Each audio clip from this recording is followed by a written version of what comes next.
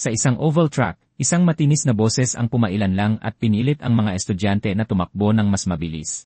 Sinabi nito sa kanila na ibigay ang lahat ng kanilang makakaya. Ipinaalala ng guro na makakaapekto ang takbong ito sa kanilang mga grado sa huling termino. Walang sinuman ang naglakas loob na bumagal. Pagkatapos ay inihayag ng boses na si Lin Chin ang nangunguna. Patuloy sa pagtakbo si Chin, sinasabi sa sarili na kaya niya itong panindigan. Kaunti na lang. Sumulyap siya sa gilid at nahuling nakatingin sa kanya ang babae. Naging malaki ang kapalit ng isang saglit na pagkagambala na yon. Isang grupo ng mga mananakbo ang biglang lumapit. Inihanda ni Chin ang kanyang sarili, alam na kung ano ang mangyayari. Nagtawanan sila at nagtanong kung bakit siya nagsisikap ng husto. Inasar nila siya, tinawag siyang basura na hindi man lang magawa ang isang simpleng beast transformation. Tinanong nila kung ano ang sinusubukan niyang patunayan. Isa-isa, sila ay nag-transform. Balahibo, kuko, kalamnan, tunay na lakas. Pagkatapos, sumugod ang isa sa kanila. Pasubsob na ibinagsak si Chin sa truck. Isa pa ang lumapit at sinabing nakaharang siya, at sinuntok siyang muli ng walang pag-aalinlangan. Nilagpasan nila siya na parang hindi siya umiiral habang tumatawa.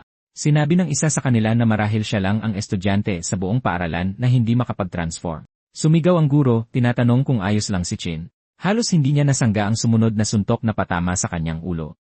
Gayunpaman, nayanig siya sa lakas nito. Kinagat niya ang kanyang dila para lang manatiling may malay. Napanood ng babae ng may takot habang tumutulo ang dugo mula sa kanyang bibig at pumatak sa lupa. Nakita ito ng iba at mas lalong tumawa. Sinabi nilang nararapat lang iyon sa kanya sa pagiging mabagal, sa pagiging hadlang, sa pag-iral ng ganoon. Tiningnan nila siya mula sa itaas at tinanong kung gusto niyang lumaban. Hindi sumagot si Chin.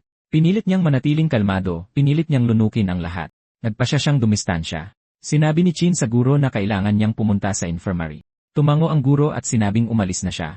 Sa likuran niya, isang estudyante ang umismid at sinabing walang kamalayan sa sarili si Chin na hindi man lang niya namamalayan kung gaano siya nakakainis. Ngunit nagkasundo silang lahat sa isang bagay.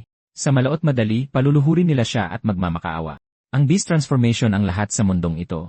Ito ang proseso ng pagbuo ng ugnayan sa isang beast, pagkakaroon ng kapangyarihan na higit pa sa limitasyon ng tao. Lahat sa paaralan ay kayang gawin ito, lahat maliban kay Chin. Mula pa noong natatandaan niya, sinubukan niyang kumonekta sa mga beast, ngunit kahit ang paglapit sa isa ay mahirap, lalo na ang pagbuo ng ugnayan. Pero, may nararamdaman siyang isang bagay sa loob niya, isang kapangyarihan na naghihintay. Hindi niya alam kung ano yon, pero naniniwala siyang darating din ito. Hoy! Ang boses na yon ang pumutol sa kanyang pag-isip. Tumingala si Chin at nakita ang cat girl na nakatayo sa harap niya. Nag-cross siya ng braso at sinabing huling-huli na naman siya, tapos sinabihan siyang magmadali at lumuhod.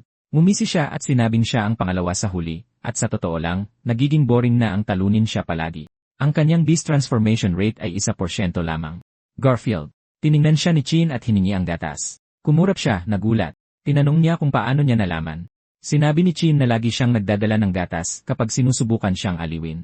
Nanliit ang kanyang mga mata at sinabihan siyang hulaan kung ano ang sasabihin niya. Sabay silang nagsalita. Sinabi nila, perpektong magkasabay, na narinig niyang nabugbog na naman siya. Natuturuan niya ng leksyon ang mga iyon, na bigla siyang sumakit ang tiyan, at sa susunod na lang. Gulat na alam na niya, tinanong niya kung malapit na bang magising ang isang uri ng Beast of Prophecy sa kanya. Sinabihan siya ni Chin na tigilan ang pagbabasa ng napakaraming tomato novels at tinanong kung ano ba talaga ang Beast of Prophecy. Itinuro ni Garfield kung gaano ito kakaiba. Mukhang matala si Chin pagdating sa pagbasa ng mga tao, pero hindi pa rin siya makapag-transform. Sumagot si Chin na ang pagbasa sa mga tao ay paraan niya lang para protektahan ang kanyang sarili. Sinabi ni Garfield na tutulungan niya siya. Tutal, magkaibigan naman sila.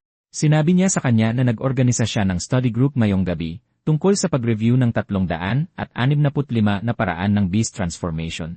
Pagkatapos ay inanyayahan niya itong makipagkita sa maliit na kakahuyan sa likod ng bundok. Tinaas ni Chin ang isang kilay. Ikaw, sa isang study group, sinabi niyang mas gugustuhin pa niyang matulog ng maaga. Mabilis na hinawakan ni Garfield ang kanyang manggas at nakiusap na sumama siya. Tumingin siya sa nanginginig niyang kamay, tapos sa kanyang mukha. Alam ng ating bida na may mali. Kinagat niya ang kanyang labi. Pagkatapos, bigla siyang humagalpak ng tawa. Sinabi niyang nagbibiro lang siya. Imposibleng ibunyag niya ang kanyang sikretong paraan ng ganoon kadali. Tumalikod siya at ikinampay ang kamay, sinasabing panoorin na lang siya habang sinusubukan niyang humabol. Walang sinabi si Chin. Nakatayo lang siya roon, pinapanood siyang maglakad palayo. Nang gabing iyon, maingat na gumalaw si Garfield sa kakahuyan. Bawat hakbang ay maingat, ang kanyang mga mata ay sinusuri ang kadiliman sa paligid. Dalawang anino ang lumitaw mula sa dilim. Binati nila siya ng kaswal na parang naghihintay sila. Tinanong nila kung bakit siya mag-isang dumating. Sinabihan nila siyang dalhin si Chin. Nag-alinlangan si Garfield ng isang segundo, pagkatapos ay sinabing nagtatae si Chin at hindi makakapunta. Isang malakas na sampal ang bumasag sa katahimikan. Napatabingi ang kanyang ulo. Isa sa mga lalaki ang lumapit at nagtanong kung natatandaan niya ang study trick ng kanilang grupo. Ipinaliwanag niya itong muli, dahan-dahan, na parabang tanga siya. Direktang food supplementation. Ayon sa kanya, mas pinapabuti nito ang transformation rate kaysa sa anumang pagsasanay. Pero ngayon, may problema. Hindi dumating si Chin, kaya wala silang makakain para sa kanilang midnight snack. Nanlaki ang mga mata ni Garfield. Nanigas ang kanyang katawan. Pumasok ang kilabot. Pagkatapos, isang boses ang biglang umalingaw-ngaw mula sa malayo. Sumigaw ito na mula sila sa security department at hinihinging malaman kung ano ang nangyayari. Nanigas ang mga lalaki. Lumingon sila sa direksyon ng tunog. Hindi naghintay si Garfield. Sinubukan niyang tumakbo pero sa isang iglap, may kamay na humawak sa kanya at tinakpan ang kanyang bibig. Nagpumiglas siya saglit bago natigilan nang makilala niya ito. Si Chin pala. Lumapit siya at sinabihan itong huwag maingay, tapos sumulyap siya sa mga lalaki, at tahimik na nagtanong, ito ba yung study group na sinasabi niya? Napuno ng luha ang mga mata ni Garfield. Hindi niya maintindihan. Bakit siya nandito? Sinabi ni Chin kay Garfield na mamaya na nila pag-usapan ang study group. Sa ngayon, kailangan nilang makaalis. Hindi kalayuan, may isang teleponong nakalagay sa lupa. May paulit-ulit itong recording, isang boses na nagpapakilalang mula sa security department. Nahanap ito ng isa sa mga beastmen. Huminto siya, tapos nangasim ang kanyang mukha. Fake! Agad din itong napansin ng iba. Tumigas ang kanilang mga mukha habang nagsimula silang maghanap sa lugar. Tinatawag si Garfield, ngayon ay may galit. Nanatiling nakayuko si Chin sa likod ng mga halaman, pinapanood ang bawat galaw, naghihintay. Pero naramdaman niyang may tao sa likod niya. Lumingon siya at natigilan. Siya pala, ang babaeng gusto niya. Bahagyan niyang itinagilid ang ulo at nagtanong kung ano ang nilalaro nila. Agad siyang nakilala ni Chin. Sherry. Nagbago ang ekspresyon niya. Sinabihan niya itong tumakbo, sinabing hindi ligtas dito. Pero sa sumunod na segundo ay sumigaw ang kanyang pakiramdam. Walang pag-aalinlangan, tinulak niya si Garfield at sinabihang lumayo. Tumilapon siya, bumangga sa isang puno, nanlambot ang kanyang katawan habang nawalan siya ng malay. Ngumiti si Sherry. Sabi niya, kahanga-hanga, kung gaano kabilis niyang nalaman. Nagmadaling lumapit ang mga beastman at magalang siyang kinausap. Lady Sherry. Nanliit ang mga mata ni Chin. Kaya pala lahat sila ay magkakasabwat. Bago pa siya makakilos, may mga hibla na sumugod.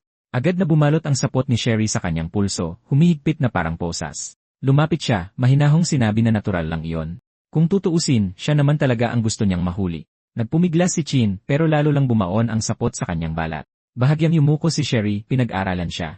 Sabi niya, kakaiba. Hindi man lang siya makapag-beast transformation, pero may hindi maipaliwanag na pang-akit ang kanyang katawan. May kung ano rito na nagiging dahilan para hindi niya mayalis ang kanyang tingin. Naggalit ang mga ngipin ni Chin habang kumakagat sa kanya ang mga hibla. Kumislap ang mga mata ni Sherry. Tapos napagtanto niya.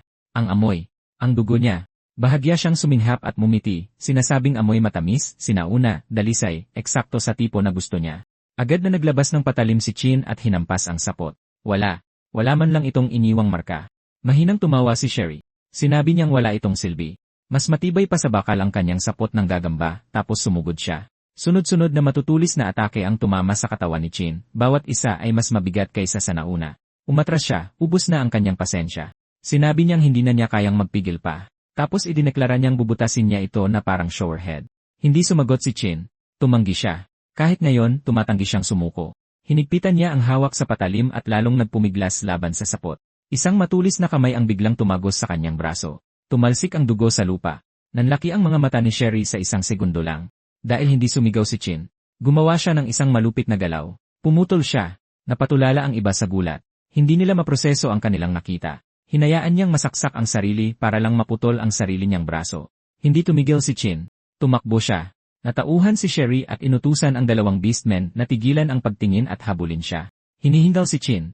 Pakiramdam niya ay bibigay na ang kanyang mga binti. Alam niyang hindi na niya kaya pang magpatuloy. Masyado na siyang maraming nawalang dugo. Ito na yon. Handa na siyang tanggapin ang katapusan. Tapos naramdaman niya ulit ito. Ang kakaibang hatak na yon. Parang may tumatawag sa kanya. Isang mahinang pulang kislap ang umilaw sa malayo at tumutok ito sa kanyang mga mata.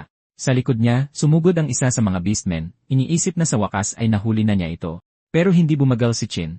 Tumalon siya diretsyo sa bangin. Napapreno ang mga lalaki, nakatingin sa ibaba ng hindi makapaniwala. Saglit na walang nagsalita sa kanila, tapos may isang nagmura at tinawag siyang baliw, isang ganap na hibang. Sumingit ang boses ni Sherry, malamig at matalas. Hanapin niyo siya, patay man o buhay. Malakas na bumagsak si Chin sa lupa. Umubo siya, hirap huminga habang lumalabo ang kanyang paningin, buhay pa, pero halos hindi na. Sa unahan niya sa gitna ng ulap, may nakita siyang isang pares ng luma at kinakalawang na tarangkahan, kalahating nakabaon, nakalimutan na.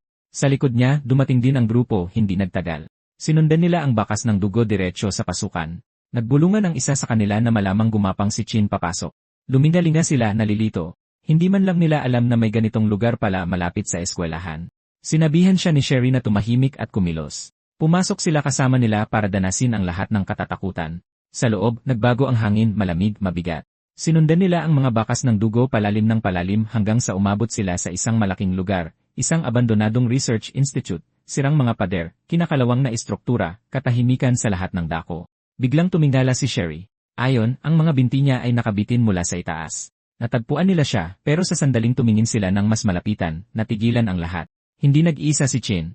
Sa harap niya ay isang dragon, napakalaki, sinauna. Nakatitig ang mga mata nito kay Chin na parabang hinihintay siya nito. Nanginginig ang boses ni Sherry habang sinusubukang magsalita. Hindi niya ito maproseso. Tapos sa pagkataranta, nag-transform siya at sumigaw, isang dragon. Dragon yun. Impossible. Naubos na sila 20 taon na ang nakalipas, mga maalamat na banal na hayop, mga nilalang na hindi na dapat nabubuhay. Pero naroon ito, pinapanood siya, naghihintay. Si Chin, na halos walang malay, ay tumingala rito at nagtanong, ikaw ba ang tumatawag sa akin? Hindi sumagot ang dragon. Sa halip, gumalaw ang enerhiya nito. Isang malalim at napakalakas na puwersa ang pumasok sa katawan ni Chin. Nanlaki sa takot ang mga mata ni Sherry. Naramdaman niya ito. Malapit na siyang mag-transform, at kung mangyari yon, magbabago ang lahat. Hindi siya nag-atubili. Inutos niya ang pag-atake. Patayin siya.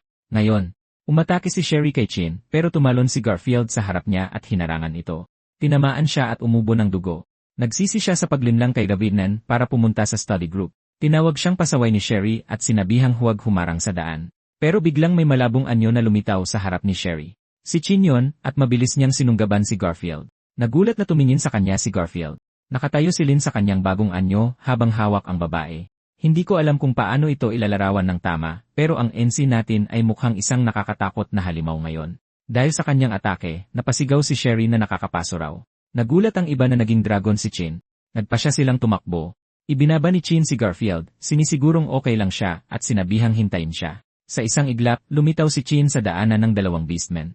Sinabi niya na sinampal ng isa sa kanila si Garfield, kaya sinampal niya sila pabalik. Halos gumulong ang ulo ng isang beastman dahil sa lakas ng sampal ni Chin. Natakot ang isa pang lalaki at sinabing hindi niya sinampal si Garfield. Pero naaalala ni Chin na pinukpok siya sa ulo ng lalaking ito, kaya hinampas niya ito. Sa paningin ng lalaki, baliktad na ang NC natin. Lumalabas na lumipad ang ulo ng lalaki. Pagkatapos ay naglakad si Chin papunta kay Sherry, na sumisigaw pa rin na nakakapaso. Sa desperasyon, sumigaw siya at sinabing nagkamali siya. Patuloy niyang tinatawag ang pangalan ni Chin. Ipinaalala ni Sherry sa kanya na lagi siyang sumisilip sa kanya. Inialok niya ang sarili ng kusa at sinabi sa kanya na gawin ang anumang gusto niya sa kanya. Sa loob ng kanyang kasinungalingan, inisip ni Sherry na gaano man siya kalakas, lalaki pa rin siya. Naniniwala siyang hindi niya matatanggihan ang kanyang pangakit. Ang katawan na nakita niya ay isang balat lamang na kanyang iniwan. Gumapang si Sherry habang pinaplano ang kanyang pagtakas. Basta't makatakas ang tunay niyang katawan, mananatili pa ring nasa panganib si Chin. Dahil matanda na ang dragon, binalak niyang gumamit ng 1,000,000 gagamba para kainin ito. Pagkatapos ay inisip niya si Chin na magiging isang talunan na walang-wala. Hindi niya binalak na patayin siya agad. Tapos bigla na lang, binigkas ni Chin, gusto kong maging alipin ka, ang pinakamababang uri ng alipin. Nagulat siya at nagtanong kung paano niya nalaman ang kanyang iniisip. Nakatayo siya sa harap niya. Pagkatapos ay kumilos siya sa isang iglap at nahuli ang kanyang tunay na katawan. Tinanong niya kung bakit inakala niyang makakatakas siya sa kanya sa pagkakataong ito. Napaigik siya. Bigla, nagsimulang sumabog ang kanyang mukha. Sa wakas, bumagsak siyang patay. Tahimik na sinabi ni Chin na hindi na siya titingin ulit. Naramdaman niyang nawawala ang kapangyarihan. Bumalik sa normal ang kanyang anyo. Nalilito, tumingin siya sa dragon at nagtanong kung dahil ba ito ay mamamatay na. Nagbuga ng apoy ang dragon. Tiningnan ito ni Chin. Nawala ang katawan nito sa apoy. Isang pulang itlog ang naiwan. Naintindihan ni Chin kung ano ang gustong ibigay nito sa kanya. Inabot niya ang kanyang mga kamay at hinawakan ng itlog. Madaling araw sa mga dormitoryo ng eskwelahan. Nakahiga si Garfield sa isang kama. Napansin ni Chin na gising na siya. Nagreklamo siya na masakit ang kanyang ulo at buong katawan. Tinanong niya kung nasaan sila. Sinabi sa kanya ni Chin na nasa dorm niya sila. Dahil walang gustong tumira kasama niya, pwede siyang manatili sa ngayon. Nagulat si Garfield. Tinakpan niya ang kanyang katawan habang sumisigaw na kapatid ang turing niya sa kanya at tinanong kung may ginawa ba ito sa kanya. Itinanggi ito ni Chin ng seryoso ang mukha. Naalala ni Garfield na sinubukan siyang patayin ni Sherry. Pagkatapos ay nag-transform si Chin bilang isang dragon at iniligtas siya. Napatawa siya ng malakas, hindi makapaniwala na kaya niyang mag-transform. Binaliwala niya ito bilang isang panaginip. Nagreklamo siyang masakit ang ulo niya at nagpa siyang matulog muli. Nagpa siya si Chin na dapat manatiling lihim ang baby dragon. Hahayaan na lang niyang isipin ni Garfield na panaginip lang iyon. Gayunpaman, nagbago ang isip niya at nagpa siya siyang hindi niya kailangang itago ito sa kanya. Kaya sinabi niya sa kanya na hindi iyon panaginip. Inamin niya na talagang naging dragon siya. Nag-aalinlangan, tinanong niya kung nananaginip pa rin ba siya. Ipinaliwanag ni Chin na isang beses lang iyon at mahina ang kasalukuyan niyang kakayahang mag-transform. Gusto niyang maibalik ang kapangyarihang iyon. Inilabas niya ang pulang baby dragon at sinabi sa kanya na gusto niya itong palakihin ng maayos. Nagulat si Garfield. Pinagmasdan ni Chin ng mabuti ang kanyang ekspresyon. Ang ekspresyon niya ay naging pananabi. Tuwang-tuwa siya sa kung gaano ito ka-cute at sinabing gusto niya itong hawakan. Binanggit ni Chin na ilang dekada nang extinct ang mga dragon. Maraming tao ang gugustuhin ito. Kaya hanggat hindi ito lumalakas, hindi nila maaaring ipaalam sa kahit sino na umiiral ito. Sinabi ni Garfield na ipaubaya na lang ito sa kanya dahil sila ang pinakamalakas na magpartner. Tiningnan nila ang baby dragon at sinabi ni Chin na para silang isang pamilya. Inasar siya ni Garfield sa pagtatanong kung sino sa kanila ang tatay. Nanatiling tahimik si Chin. Pagkatapos ay tinanong niya ang lahat ng nalalaman nito tungkol sa study group. Samantala, sa ibang lugar, naiulat na 3 araw nang nawawala si Cherry. Sa screen ng telepono, lumitaw ang mga desperadong mensahe na kumakamusta kay Cherry. Nagpadala siya ng 1,387 na mensahe sa loob ng 3 araw pero wala siyang sinagot ni isa. Hindi rin nagpakita si Sherry para sa kanilang self-study sa gabi. Idinagdag niya na kumanta siya sa labas ng dorm nito buong gabi pero hindi pa rin ito nagpakita. Naisip niya na may nangyari sigurong masama sa kanya. Naisip niya ang pinakamasamang sitwasyon at iyon ay ang nakahanap siya ng ibang lalaki. Humagulgol siya at niyakap si Secretary Daishu. Tinanong niya kung ano ang dapat niyang gawin. Sinabi niyang ayaw niyang mabuhay nang wala si Sherry. Tinulak siya palayo ni Shu habang binabantaang papatayin siya, na ang pangalan ay Chairman Kong Wei, kung dudumihan niya ang damit nito. Inimbestigahan ni Shu ang lahat at nalamang kamakailan lang ay nagkaroon ng espesyal na interes si Sherry sa isang lalaki. Idineklara niyang siya mismo ang mag-imbestiga sa lalaking ito na nagdangalang Linchin. Balik sa ating bida, nanginginig ang pulang baby dragon. Nagpanik sila at tinanong kung anong problema, iniisip kung nasasaktan ba ito. Tinanong ni Chin kung ano ang dapat nilang gawin. Sa sandaling iyon, nakita niya na may dumi sa kanyang kamay. Pinagtawanan siya ni Garfield at sinabing isa na siyang tagalinis ng dumi ngayon. Inasar niya ito na kailangan na niyang masanay sa buhay na puno ng dumi. Hindi makapaniwala, pinaalalahanan siya ni Chin na pamilya sila, kaya huwag siyang tatakas. Umiyak ulit ang dragon. Nagtaka sila kung ano ang problema nito. Sinabi ni Garfield na baka gutom ito. Nagtaka siya kung ano ang kinakain ng mga baby dragon, habang sumigaw si Chin na napakahirap magpalaki ng bata. Kung pagkain ang usapan, naisip ni Chin ang logistics department ng eskwelahan. May isang tiyuhin doon na nagngangalang Old Jiao na dati ay isang beast tamer. Naisip niyang malamang alam ng lalaki kung ano ang kinakain ng mga dragon. Sinabi niya kay Garfield na manatili sa dorm at alagaan ang dragon habang bibili siya ng pagkain. Pagdating, hinanap ni Chin si Old Jiao. Si Moye, isang manggagawa sa logistics department, ay nagsabing malamang lasing si Old Jiao at sinabihan siyang lumapit na lang sa kanya kung may kailangan. May ilang aso si Moye na nakatali sa kanya at isa sa kanyang mga braso. Pinagmasdan siya ni Chin. Matapos siyang pakinggan, ipinaliwanag ni Moye na kung ito man ay isang ibon o isang bagong pisang reptilya, mahalaga ang diet na mataas sa protina o karne. Bigla na lang siyang nagsimulang mag-ihaw. Ipinaalam niya na nag-aalok din ng serbisyong pagluluto ang logistics department at hinikayat siyang tikman ito. Napasigaw si Chin na natutunaw ito sa kanyang bibig nang kumagat siya. Bigla na lang, sumali si Garfield at ang iba pang mga tao at sinabi rin ang parehong bagay. Nagulat si Chin. Tinanong niya kung bakit siya naroon. Sumagot siya na gutom siya. Sinabi niya na dadalhan niya sana ito, at pinaalalahanan siyang dapat ay inaalagaan niya ang maliit na dragon. Inamin niyang nasa bag niya ang dragon. Nagbabala si Chin na kapag nahanap ang dragon, tapos na sila. Sumagot siya na alam niya, kaya tinanong niya kung bakit niya ito dinala. Muli, sinabi lang niya na gutom siya. Sinabihan niya itong kumalma. Idinagdag niya na hindi niya ito maaaring ikulong lang sa dorm, dahil kailangan din ito ng sariwang hangin. Tiningnan nila ang dragon, at sinabi niya kung gaano ito kasaya habang kumakain. Hinimok siya ni Chin na bumalik na kapag tapos na silang kumain. Nag-alala siya na baka mapahamak sila kapag nakita. Alam niyang hindi maaaring manatili ang dragon sa dorm magpakailanman at kailangan niyang humanap ng mas ligtas at mas angkop na lugar para lumaki ito. Inaasahan din niyang babalik muli ang study group. Napakadelikado nila. Bigla na lang may umamoy sa kanya. Nagulat si Chin. Tiningnan niya kung sino yon. Nagdilim ang ekspresyon ni Kong Wei habang sinasabi niyang may amoy ng pabango ni Sherry si Chin. Patuloy na inamoy ng lalaking ito ang ating bida, at nakasiguro siyang amoy na ni Sherry yon. Samantala, nagulat si Garfield nang makita si Chairman Kong Wei. Lumingon si Moye sa kanila. May kakaibang ekspresyon ang kanyang mukha. Nagulat si Chin nang makita ang chairman ng study group. Ito ang unang pagkakataon na nakilala niya ito. Kanina, hiniling niya kay Garfield na sabihin sa kanya ang lahat ng nalalaman nito tungkol sa study group. Sinabi ni Garfield na si Chairman Kong Wei ang responsable sa pagkawala ng maraming estudyante. Idinagdag niya na lumalakas sila sa pamamagitan ng paggamit ng mga dietary supplement. Narinig niya na mayabang ito dahil sa kanyang makapangyarihang pinagmulan. Itinuturing siyang isa sa pinakamalakas na estudyante sa kanilang taon. Ang kanyang beast transformation ay hindi pisikal, kundi mental. Pinahintulutan siya nitong magkaroon ng kontrol sa kanyang target. Sa kasalukuyan, hindi makagalaw si Chin, kaya inakala niyang kakayahan ito ni Wei. Nakita ng baby dragon ang daliri niya sa loob ng bag at kinagat siya nito. Sa kanyang pagkagulat, nakagalaw siyang muli. Nagpasya siyang huwag magsimula ng gulo at naisip na kailangan muna niyang pakalmahin si Wei. Naalala niya ang mga sinabi ni Garfield na obsessed si Wei kay Sherry. Sinabi niya na kung malaman niyang patay na si Sherry, walang makakaligtas sa kanyang galit. Tinawag niya itong mega simp ni Sherry. Nagtanong siya kung siya ba si Chairman Kong Wei. Sinabi niyang narinig niya si Sherry na binanggit siya. Hindi mukhang natuwa si Wei na nakausap niya ito. Tinanong niya kung anong ranggo niya para maglakas loob na tawagin ang pangalan nito. Sinabi ni Chin na kaklase niya si Sherry. Idinagdag niya na dahil hindi siya makapag-transform, humingi siya ng tulong kay Sherry para makasali sa study group. Sinabi niya na kailangan daw ni Sherry ang pahintulot ng chairman. Gulat na gulat, tinanong ni Wei kung sinabi ba talaga yon ni Sherry. Nag-thumbs up si Chin at sinabing madalas daw talagang banggitin ni Sherry si Wei. Bumigay si Wei. Umiyak siya at sinabing mahal siya ni Sherry. Dahil sa sobrang tuwa, nagpasalamat si Wei kay Chin. Inakala niyang nahihiya lang si Sherry na umamin. Sa sobrang tuwa, agad siyang pumayag na sumali si Chin sa study group. Hinila niya ang mga taong malapit at isinigaw na mahal siya ni Sherry. Inimbita pa niya silang lahat sa magiging kasal nila. Nagmasid si Daishu mula sa malayo.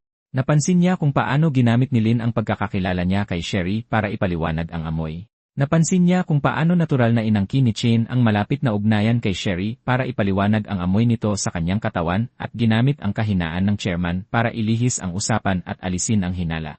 Napansin niyang matalino si Chin. Lumingon ang dalawa para tingnan siya. Pinanood sila ni Shu. Nagpakilala siya bilang vice chairman at tinanggap si Chin sa study group. Inabot niya ang kanyang kamay. Kinamayan ito ni Chin. Tinitigan niya ito ng maigi at tinanong kung talaga bang hindi makapag-beast transformation si Chin. Hinigpitan ni Shu ang hawak niya. Napagtanto ni Chin na pinaghihinalaan pa rin siya ni Shu. Hindi niya magamit ang kapangyarihan ng beast transformation, pero hindi naman malaking banta sa kanya ang puwersa, kaya nagpasya siyang magpanggap at sumigaw sa sakit. Kanina, ipinaalam sa kanya ni Garfield na may deputy si Kong Wei, si Daishu. Ang kanyang beast transformation ay isang kangaroo. Nagbigay ito sa kanya ng pambihirang lakas sa braso, pero, sa madaling salita, isa siyang napakainis na tao. Isa pa, matindi ang kanyang mesophobia. Isang kulay kape na substance ang tumalsik kung saan nagdikit ang kanilang mga kamay. Tumingin si Shu sa ibaba at tinanong kung ano yon. Ipinaliwanag ni Chin na bilang isang tagalinis ng dumi, normal lang na may kaunting dumi sa kanyang mga kamay. Pagkatapos ay pinaglaruan niya si Shu sa pagsasabing may napunta sa kaliwang pisngi nito, tapos sa kanang pisngi, noo, at baba. Siyempre, hinawakan ni Dai ang mga lugar na yon at kumalat ang dumi sa proseso. Sa galit, nag-transform si Shu sa isang maskuladong kangaroo at nagpakawala ng isang malakas na suntok. Nag-alala si Garfield para sa kanya nang tumalsik siya. Nainis si Shu na naglakas loob ang maliit na hayop na paglaruan siya. Dali-daling lumapit si Garfield sa tabi ni Chin. Nataranta siya nang makita siyang umuubo ng dugo. Ibinulong niya sa kanya na mangikil ng pambayad sa ospital. Nagtataka, tinanong niya kung bakit pera ang iniisip nito gayong kailangan niya sa ospital. Sinabihan niya itong makinig kaya sumunod siya. Nagsimulang humagulgol ng malakas si Garfield para marinig ng mga tao, isinisigaw na umuubo ito ng dugo. Inakusahan niya si Daishu na malupit at sinabing sinaktan nito ang isang kawawang lalaki na hindi man lang makapag-transform. Tinawag niya ang mga tao para tingnan ang kawalang katarungan. Pagkatapos ay binanggit niya ang mga bayarin sa ospital, sinasabing dalawang mahirap na bata lang sila. Nakaipon siya ng maraming manonood. Naggitngit sa galit si Shu. Sa wakas, naghagis siya ng isang dakot ng pera sa ere at sinabihan silang tumahimik. Sinabi niya na kunin nila ito bilang pambayad sa ospital habang papalayo siya. Pinulot ni Garfield ang pera at nagpasalamat sa kanya. Nang makuha niya ang pera, hinimok niya si Chin na magpunta sa ospital. Gayunpaman, ipinahayag niyang ayos lang siya. Ang iniluwa niya ay chili sauce lang pala na kinuha niya sa isang barbecue stall. Kailangan niyang makakuha ng pera para sa maliit na dragon. Hindi makapaniwala si Garfield na isang palabas lang ang lahat.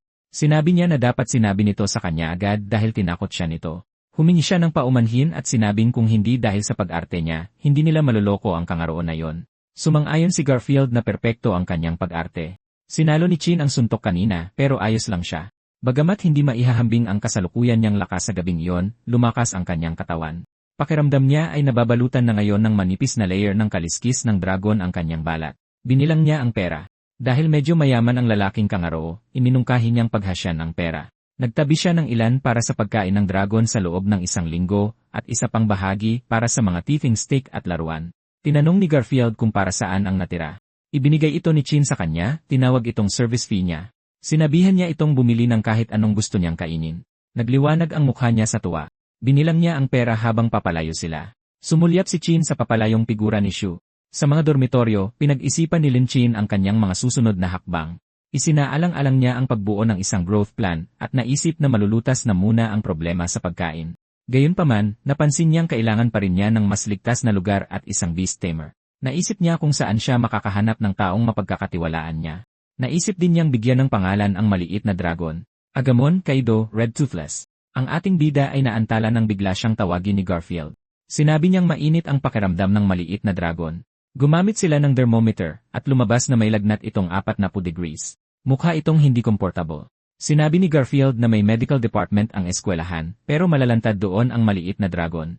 Nagpasya si Chin na humanap ng paraan para pababain ang temperatura ng mag-isa. Gumamit siya ng basang tela at mga cooling patch. Sinubukan pa niya ang gamot para sa tao. Sa kabila ng kanyang mga pagsisikap, patuloy na tumataas ang lagnat. Sa kanilang pagkagulat, umabot ito ng mahigit 60 degrees. Sinabi ni Garfield na sa ganitong temperatura, ang mga ordinaryong nilalang ay nasunog na sana hanggang mamatay. Hawak ni Chin ang dragon habang iniisip kung ano ang dapat niyang gawin. Nang gabing iyon, nagpasya si Chin na maghanap ng doktor. Tinanong ni Garfield kung talaga bang hindi niya kailangan na sumama siya. Tumanggi siya, sinasabing mas maraming tao ang makakatawag ng pansin at mas mabuti kung mag-isa siyang pupunta. Plinano niyang maghintay pa ng kaunti hanggang sa kumonti ang mga tao sa emergency room. Habang paalis si Chin sa dormitoryo, may nagmamasid mula sa malayo. Si Daishu iyon. Napansin niyang pareho ang bag ni Chin at naging kahina-hinala ito sa kanya. Sa medical department, isang maliit na corgi na nasa wheelchair ang tumahol habang nag-ehersisyo. Tumakbo ito patungo sa babaeng doktor. Binuhat niya ito at pinuri. Sinabi niyang maganda ang naging resulta ng rehabilitasyon nito. 2 mas matandang doktor ang tumawag sa kanya na Fan-Fan. Lumapit sila at tinanong kung bakit siya nagsasayang ng pera sa isang lumpong aso. Sinabi nilang para rin yon sa kabutihan niya at inalok pa siya ng diskwento sa mas magagandang lahi. Tinalikuran sila ni Fan-Fan at inisip na wala talagang naiintindihan ang mga nasa katanghaliang gulang na. Nainsulto sila. Para sa kanila, tinrato niya ang kabaitan na parang basura. Narinig pa nila na mababaraw ang emotional intelligence niya. Idinagdag ng isa na walang kaibigan si Fan-Fan at maaga ring namatay ang mga magulang niya. Sinabihan siya ng isa na layuan na lang siya. Samantala, palihim na pumasok si Chin na nakasuot ng sombrero at maskara. Nagreklamo ang ibang pasyente habang paalis. Sinabi nilang mukhang malungkot ang doktora at masyadong mahal maningil. Tinawag nila siyang peking doktor. At iminungkahing magsampa ng reklamo laban sa kanya. Sa loob ng kanyang opisina, napabuntong hininga si Fan-Fan at bumulong na baka wala siyang pasyente ngayong araw. Inisip niya na hindi siya bagay maging doktor. Nang sandaling iyon, may nagbukas ng pinto. Nakita niyang mukha siyang walang gana. Napansin niya ito sa may pinto. Nagtatanong siya kung maaari siyang magtanong ng isang mapangahas na tanong. Sinabi niyang mukhang mahalaga sa kanya ang aso at tinanong kung bakit. Naalarma si Fan-Fan at tinanong kung isa ba siyang manyak. Nagkrus siya ng braso at sinabing hindi niya kailangang sabihin na si Ruby ang kasama niyang lumaki at tanging pamilya niya. Dagdag pa niya, hindi niya ikukwento kung paano nawalan ng mga binti si Ruby para protektahan siya, at hindi rin niya sasabihin na pangarap niyang pagalingin si Ruby. Gayunpaman, mabilis na gumuho ang kanyang kumpiyansa. Sinabi niyang nakakalungkot na isa siyang doktor na hindi pinagkakatiwalaan. Sinabi niyang hindi siya makakuha ng mga pasyente o praktikal na karanasan at tinawag ang sarili na basura. Inisip ni Chin na nailabas na niya ang lahat. Pinag-isipan niya ito at nagpasya na sulit siyang subukan. Sinabi niya sa kanya na may sakit din ang kanyang alagang beast, pero nakiusap kung maaari niya itong ilihim. Sinabi niya na maraming komplikadong relasyon sa pagitan ng mga tao at mga beast. Tiniyak niya sa kanya na rerespetuhin iyon ng isang kwalipikadong doktor. Nagbigay siya ng kanyang salita na ililihim niya ito. May hindi siya naintindihan, kaya sinabi ni Chin na hindi iyon ang iniisip niya. Habang binubuksan niya ang bag, ipinaliwanag niya na iniligtas din ng beast ang kanyang buhay. Ipinakita niya ang maliit na pulang dragon at sinabing malapit nang umabot sa 70 degrees ang lagnat nito. Nagmamakaawa si Chin na iligtas niya ang dragon. Nagmamakaawa siyang iligtas ito. Napatigil si Fan Fan sa gulat. Nanlaki ang kanyang mga mata habang tinitingnan ang dragon sa kanyang mga braso. Ito ang nagtulak sa kanya na mag-isip muli. Mabilis niyang inamin na wala siyang karanasan sa paggamot ng mga dragon dahil naubos na ang lahi nila at hindi itinuro sa kanyang mga klase. Pagkatapos ay sinabi niya baka may mga lumang talaan sa library at titingnan niya ito agad. Nanatiling tahimik si Chin. Dahil dito, sinabi niyang pwede siyang sumama kung nag-aalala siya. Inisip ni Chin na magandang pagkakataon ito para subukan kung mapagkakatiwalaan ba siya. Kasabay nito, naisip din niyang kaya niyang harapin ang kangaroo na sumusunod sa kanya mula sa mga dormitoryo. Sumagot siya na maghihintay siya roon at sinabing inaasahan niya ito. Hindi niya yon inaasahan. Umalis siya kasama si Ruby. Habang naglalakad siya sa labas, napasigaw siya na isa yung dragon. Sinabi niya na ang mundo ay puno pa rin ng walang katapusang mga posibilidad. Tumugon si Ruby ng isang masiglang tahol. Biglang, nagpakita si Shu sa kanilang harapan. Nalilito, nagpatuloy si Fan Fan sa kanyang paglakad. Nang sinubukan niyang dumaan, humarang siya at kitang-kitang hinarangan ang kanyang daan. Inisip niya na ang kanyang pag-ugali ay maituturing na sexual harassment. Hiningi ni Shu na malaman kung ano ang inilagay ni Chin sa kanyang bag. Tila, napagtanto niya na nang atakihin niya si Chin kanina, gagamitin ng isang normal na tao ang bag bilang panangga. Sa halip, pinrotektahan ito ni Chin at nanatiling maingat pagkatapos kahit na mukha itong marumi. Kaya naniwala siya na mayroong isang bagay sa loob, posibleng may kaugnayan sa pagkawala ni Sherry. Labis siyang nag-aalala. Muli niyang hiniling na sabihin sa kanya kung ano ang nasa loob ng bag. Iyon ay usapin sa pagitan ng doktor at pasyente, kaya tumanggi siyang magsalita. Pagkatapos ay kaswal na ibinahagi ni Shu ang isang katotohanan tungkol sa braso ng isang kangaroo. Ang lakas nito ay 6 hanggang 10 beses na mas malakas kaysa sa isang tao, at dodoblehin pa ito ng transformasyon ng beast. Pinisil niya ang kanyang balikat habang hinihiling na magsalita siya. Napasigaw siya sa sakit.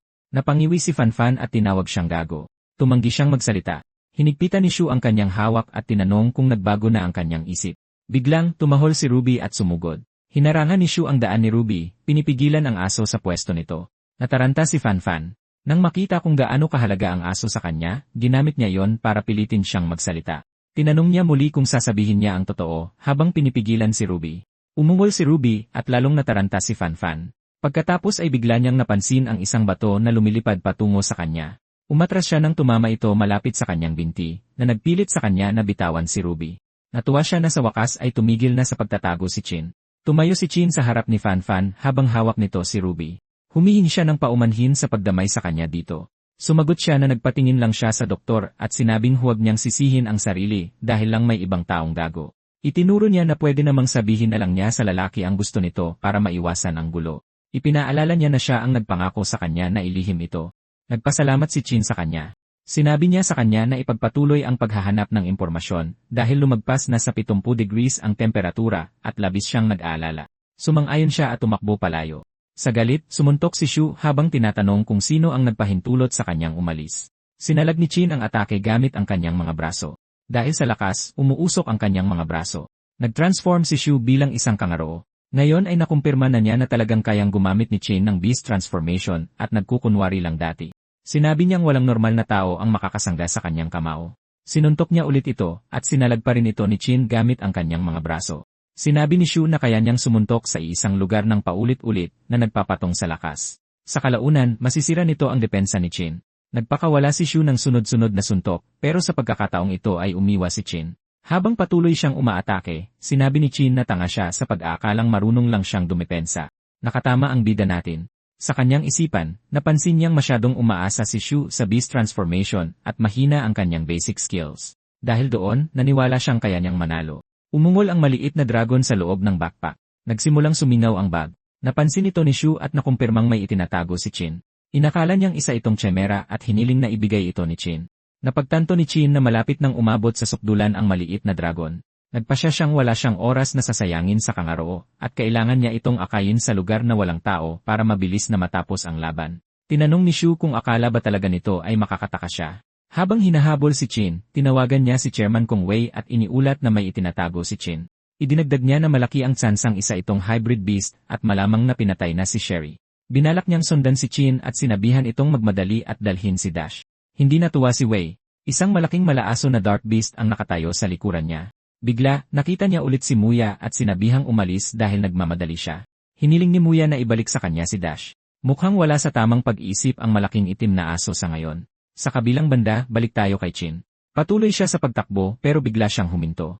Mukhang sobrang init ng maliit na dragon. Masasabi niyang umabot na sa higit 100 degrees ang temperatura nito. Kahit ang hininga nito ay parang nag-aapoy na hangin. Sa loob ng reference room, naghanap si Fan sa mga estante. Wala siyang mahanap na kahit ano tungkol sa mga dragon. Aksidente niyang nabunggo ang isang babaeng may pilak na buhok na nakasuot ng itim na cap at maskara. Nahulog ng babae ang isang libro. Sinubukan siyang sabihan ni Fan tungkol dito, pero naglakad lang palayo ang babae. Naiwan siyang naguguluhan hanggang sa mapansin niya ang libro na may bumubuga ng apoy na dragon sa pabala. Samantala, lalong lumakas ang singaw na lumalabas sa bag ni Chin. Binuklat ni Fan ang mga pahina at napagtantong isa itong sulat kamay na kwaderno. Nahanap niya ang hinahanap niya. Samantala, may hinala si Chin sa kung anong nangyayari. Lalong uminit ang bag. Patuloy siyang hinabol ni Shu, sinasabihang mamatay na lang ng masunurin dahil hindi na siya makakatakbo. Hindi sumagot si Chin at binuksan ang bag. Nabasa ni Fan na ang mga batang dragon ay nakakaranas ng biglaang pagtaas ng temperatura tuwing kabilugan ng buwan. Maaaring lumampas sa 150 degrees ang temperatura ng kanilang katawan dahil nagde-develop ang kanilang mga internal gland. Kasabay nito, inihagis ni Shu ang kanyang kamao at sumigaw na mamatay na si Chin. Sa isang mabilis na kilos, inihagis ni Chin ang backpack kay Shu na tumama sa balikat nito. Binuksan ni Shu ang bag ngunit nalamang wala itong laman. Bigla, nalito siya sa sunod niyang nakita. Isang mahinang ungol ang umalingaw mula sa isang maliit na pulang dragon na nakadapo sa balikat ni Chin. Mukha itong mabangis. Nagsalamin sa mga mata ni Shu ang tindi ng dragon. Ibinuka nito ang bibig. Nabasa ni Fan na kailangang panapanahong ilabas ng mga dragon ang naipong enerhiya sa loob ng kanilang katawan. Sinabihan ni Chin si Shu na bumati. Nagpanik si Shu. Nagtanong siya kung ano yon. Nagpakawala ang dragon ng malakas na hininga ng apoy na tumama kay Shu. Sumigaw siya habang nilalamon siya ng apoy. Masyado siyang maingay. Matapos mawala ang pagsabog, mukhang kontento na ang maliit na dragon. Si Shu, na malubhang nasunog, ay nagmakaawa para sa kanyang buhay. Nangako siyang ililihim ang tungkol sa dragon. Sumagot si Chin na ang mga patay lang ang nagtatago ng sikreto. Sinabi ni Shu na kung mamatay siya, imbestigahan ng security department at kukunin ang dragon. Sinabi ni Chin na kung mangyari iyon, papatayin niya silang lahat. Sa labas ng medical department, hinanap ni Fan si Chin. Nilapitan siya nito. Ipinaalam niya sa kanya ang nahanap niya, pero sinabi ni Chin na bumaba na ang lagnat. Napaupo si Fan sa ginhawa at sinabing maganda yon. Sinabi ni Chin sa kanya na hindi na siya guguluhin ng kangaroo, pero hindi pa lubusang nalulutas ang problema. Binalak niyang gamitin ang oras na ito para maghanda. Nagpasalamat siya. Pagkatapos ay tinanong niya kung maaari ba siyang maging pribadong doktor ng dragon. Nagulat siya dito, pero sinabi niyang hindi niya kaya dahil naniniwala siyang hindi siya pinagkakatiwalaan at hindi kwalipikadong gamutin ang isang dragon. Sinabi ni Chin sa kanya na siya ang pinakamahusay na doktor na nakita niya. Napatingin sa kanya si Fan na nanlalaki ang mga mata at natigilan sa kanyang mga sinabi. Tapos sinabi niyang may nahanap siya sa reference room. Isang babae ang nakahulog nito at hindi niya ito naabutan. Kaya dinala niya ito para ibigay sa kanya. Nagulat si Chin nang makita na isa itong sulat kamay na kwaderno tungkol sa pag-aalaga ng mga dragon. Tinitigan niyang mabuti ang guhit sa pabalat at napansin ang 3 marka ng talulot sa ibaba. Samantala, nasa sahig si Moye. Hinihiling pa rin niya na ibalik ni Wei si Dash. Sinabi ni Wei na nakakainis ang mga taong mababa ang uri. Sinabi niyang matagal ng aso niya ang nilalang at inutusan si Dash na kainin si Moye. Gumalaw si Dash papalapit kay Moye, binubuksan ang bibig nito. Sa sandaling yon, dumating si matandang Jiao mula sa logistics department. Mukhang lasing ang lalaki. Tinawag niya si Chairman Wei, hinihiling na patawarin ang murang buhay ng bata para sa kanya, at sinabing hindi lang talaga alam ng mga mababang uri ang ginagawa nila. Nagulat si Moye nang makita siya. Kinabukasan, sinabi ni Fan na masyadong mabilis lumaki ang dragon at hinahanap ng study group si Chin kaya hindi na siya pwedeng manatili sa dorm. Inalok niya ito ng pansamantalang matutuluyan. Siya ang nanguna sa daan. Tuwang-tuwa si Garfield dito. Dumating sila sa tinawag ni Fan na secret base. Isa itong abandonadong lumang campus. Sa liblib na campus na napapaligiran ng mayayabong na halaman, sinabi ni Garfield na hinahanap ng buong study group si Chin. Iminungkahi niyang palakihin muna ang dragon sa labas, tapos bumalik mamaya para maghiganti. Hindi sumang-ayon si Chin. Ipinaliwanag niya na may logistics at medical support ang eskwelahan, na maaaring kailanganin ng dragon anumang oras. Sinabi niyang mas mapanganib ang mundo sa labas, lalo na habang may dalang dragon. Higit sa lahat, ang paunahing target niya ay nasa loob pa rin ng eskwelahan. Sinabi rin niya na pareho nilang kailangan ng tunay na karanasan sa labanan para lumakas. Bukod pa rito, sapat ang layo ng kanilang lokasyon mula sa main campus, kaya ito ang pinakaangkop na lugar para sa kanila. Pumasok siya sa loob at binuksan ang bintana sa abandonadong silid-aralan. Napaubo siya dahil sa alikabok. Dahil dito, napaisip siya kung gaano nakatagal hindi nagagamit ang lugar. Tiningnan niya ang maliit na dragon at sinabing marami silang lilinisin, tinanong kung handa na ba ito. Pero naglaro lang ang dragon. Nagpasya siyang hayaan na lang ito basta't masaya ito. Oras na para magsimula sila. Kinuha niya ang mop at sumakay dito ang maliit na dragon habang mabilis niyang nililinis ang sahig. Makalipas ang ilang sandali, masaya silang naglaro ng tabuan. Pagkatapos ay humiyaw siya, sinasabing sila ang numero 1. Dumating sina Garfield at Fanfan na may dalang mga gamit. Inanunsyo ni Garfield na nakabalik na sila habang tinanong ni Fanfan kung kamusta ang paglilinis. Nakita nila ang magulong silid-aralan at napagtanto na kailangan nilang tumulong sa paglilinis. Iminungkahi ni Chin na hayaan munang maglaro sa labas ang maliit na dragon at si Ruby.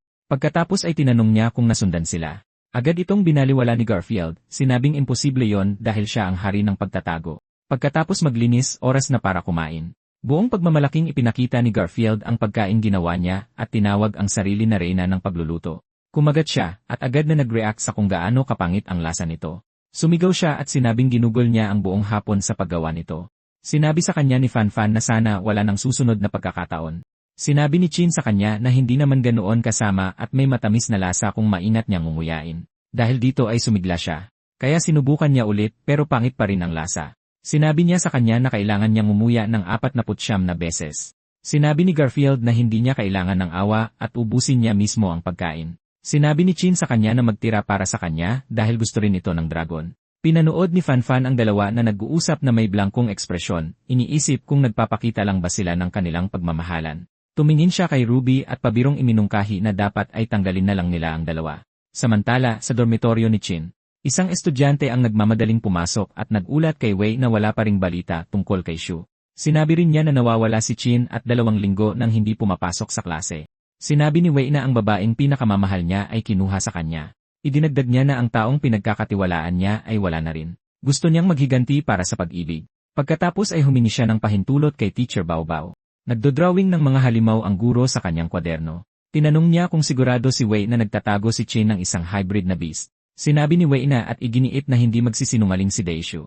Isang nakakakilabot na ngiti ang lumitaw sa mukha ni Teacher Baobao, at sinabi niya kay Wei na gawin ang lahat para mahanap ito. Pinunasan ni Wei ang kanyang mga luha at sinabing naintindihan niya. Nangako siya na hahanapin niya ang target, kahit na kailangan niyang maghukay ng 3 talampakan sa lupa. Balik sa ating bida. Nakaupo si Chin sa ilalim ng puno at naghagis ng bola, sinasabihan ang dragon na kunin ito. Habang hinahabol ito ng dragon, binasa ni Chin ang kwaderno.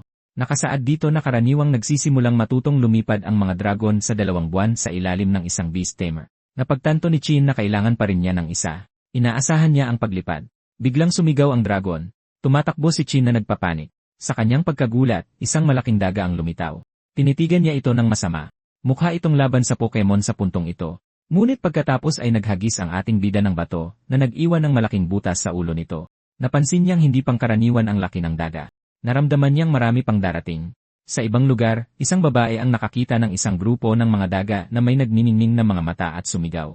Napagtanto ni Chin na kinokontrol ang mga dagang iyon. Kalat ang mga daga, kaya alam niyang gusto ng taong kumokontrol sa kanila na lumaban. Hinala niya na ang study group ang nasa likod ng kabuluhan. Hindi nakapagtataka kung bakit napakaraming tao ang nawawala sa paaralan kamakailan. Ang mga nakakita sa mga daga ay nagpa siyang magpanggap na wala silang nakita kinagabihan. Nakita natin si Maye na mukhang seryoso. Tinawag niya si Old Jiao. Si Old Jiao, lasing at may hawak na bote, ay nagtanong kung saan na naman pupunta si Moye. Ipinaalala niya sa kanya na noong huli, kinailangan niyang lunukin ang kanyang pride para lang mailigtas siya.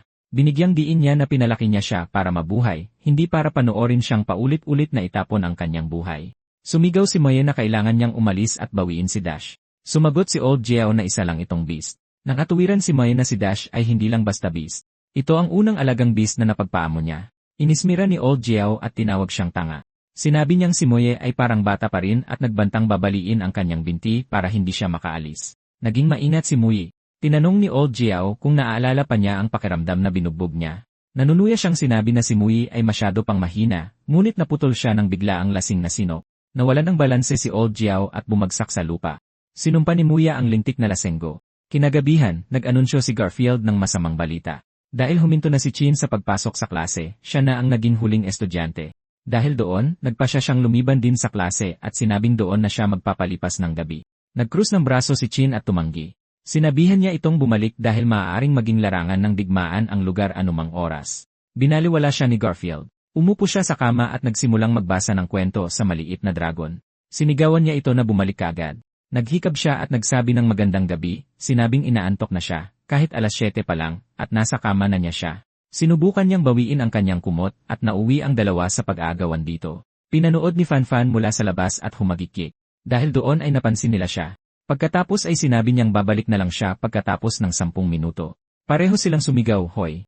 Bumulong siya na ang sarap maging bata. Sabay na sumigaw pabalik sina Chin at Garfield na nagkakamali siya ng intindi. Kaswal niyang ipinaliwanag na ang pakikipagtalik ay maaaring magpataas ng rate ng pagbabagong anyo ng beast. Sinabi niya na mayroong libu-libong paraan upang mag-transform, ngunit ang pangunahing prinsipyo ay ang pagbuo ng koneksyon sa pagitan ng mga species. Idinagdag niya na maraming tao ang nagpapabuti ng kanilang cultivation sa ganoong paraan. Nataranta si Chin at sinabihan siyang tumigil sa pagsasabi ng mga ganoong bagay. Pagkatapos ay naglabas si Fanfan ng kamera at tinanong kung maaari niyang i-record sila para sa pananaliksik.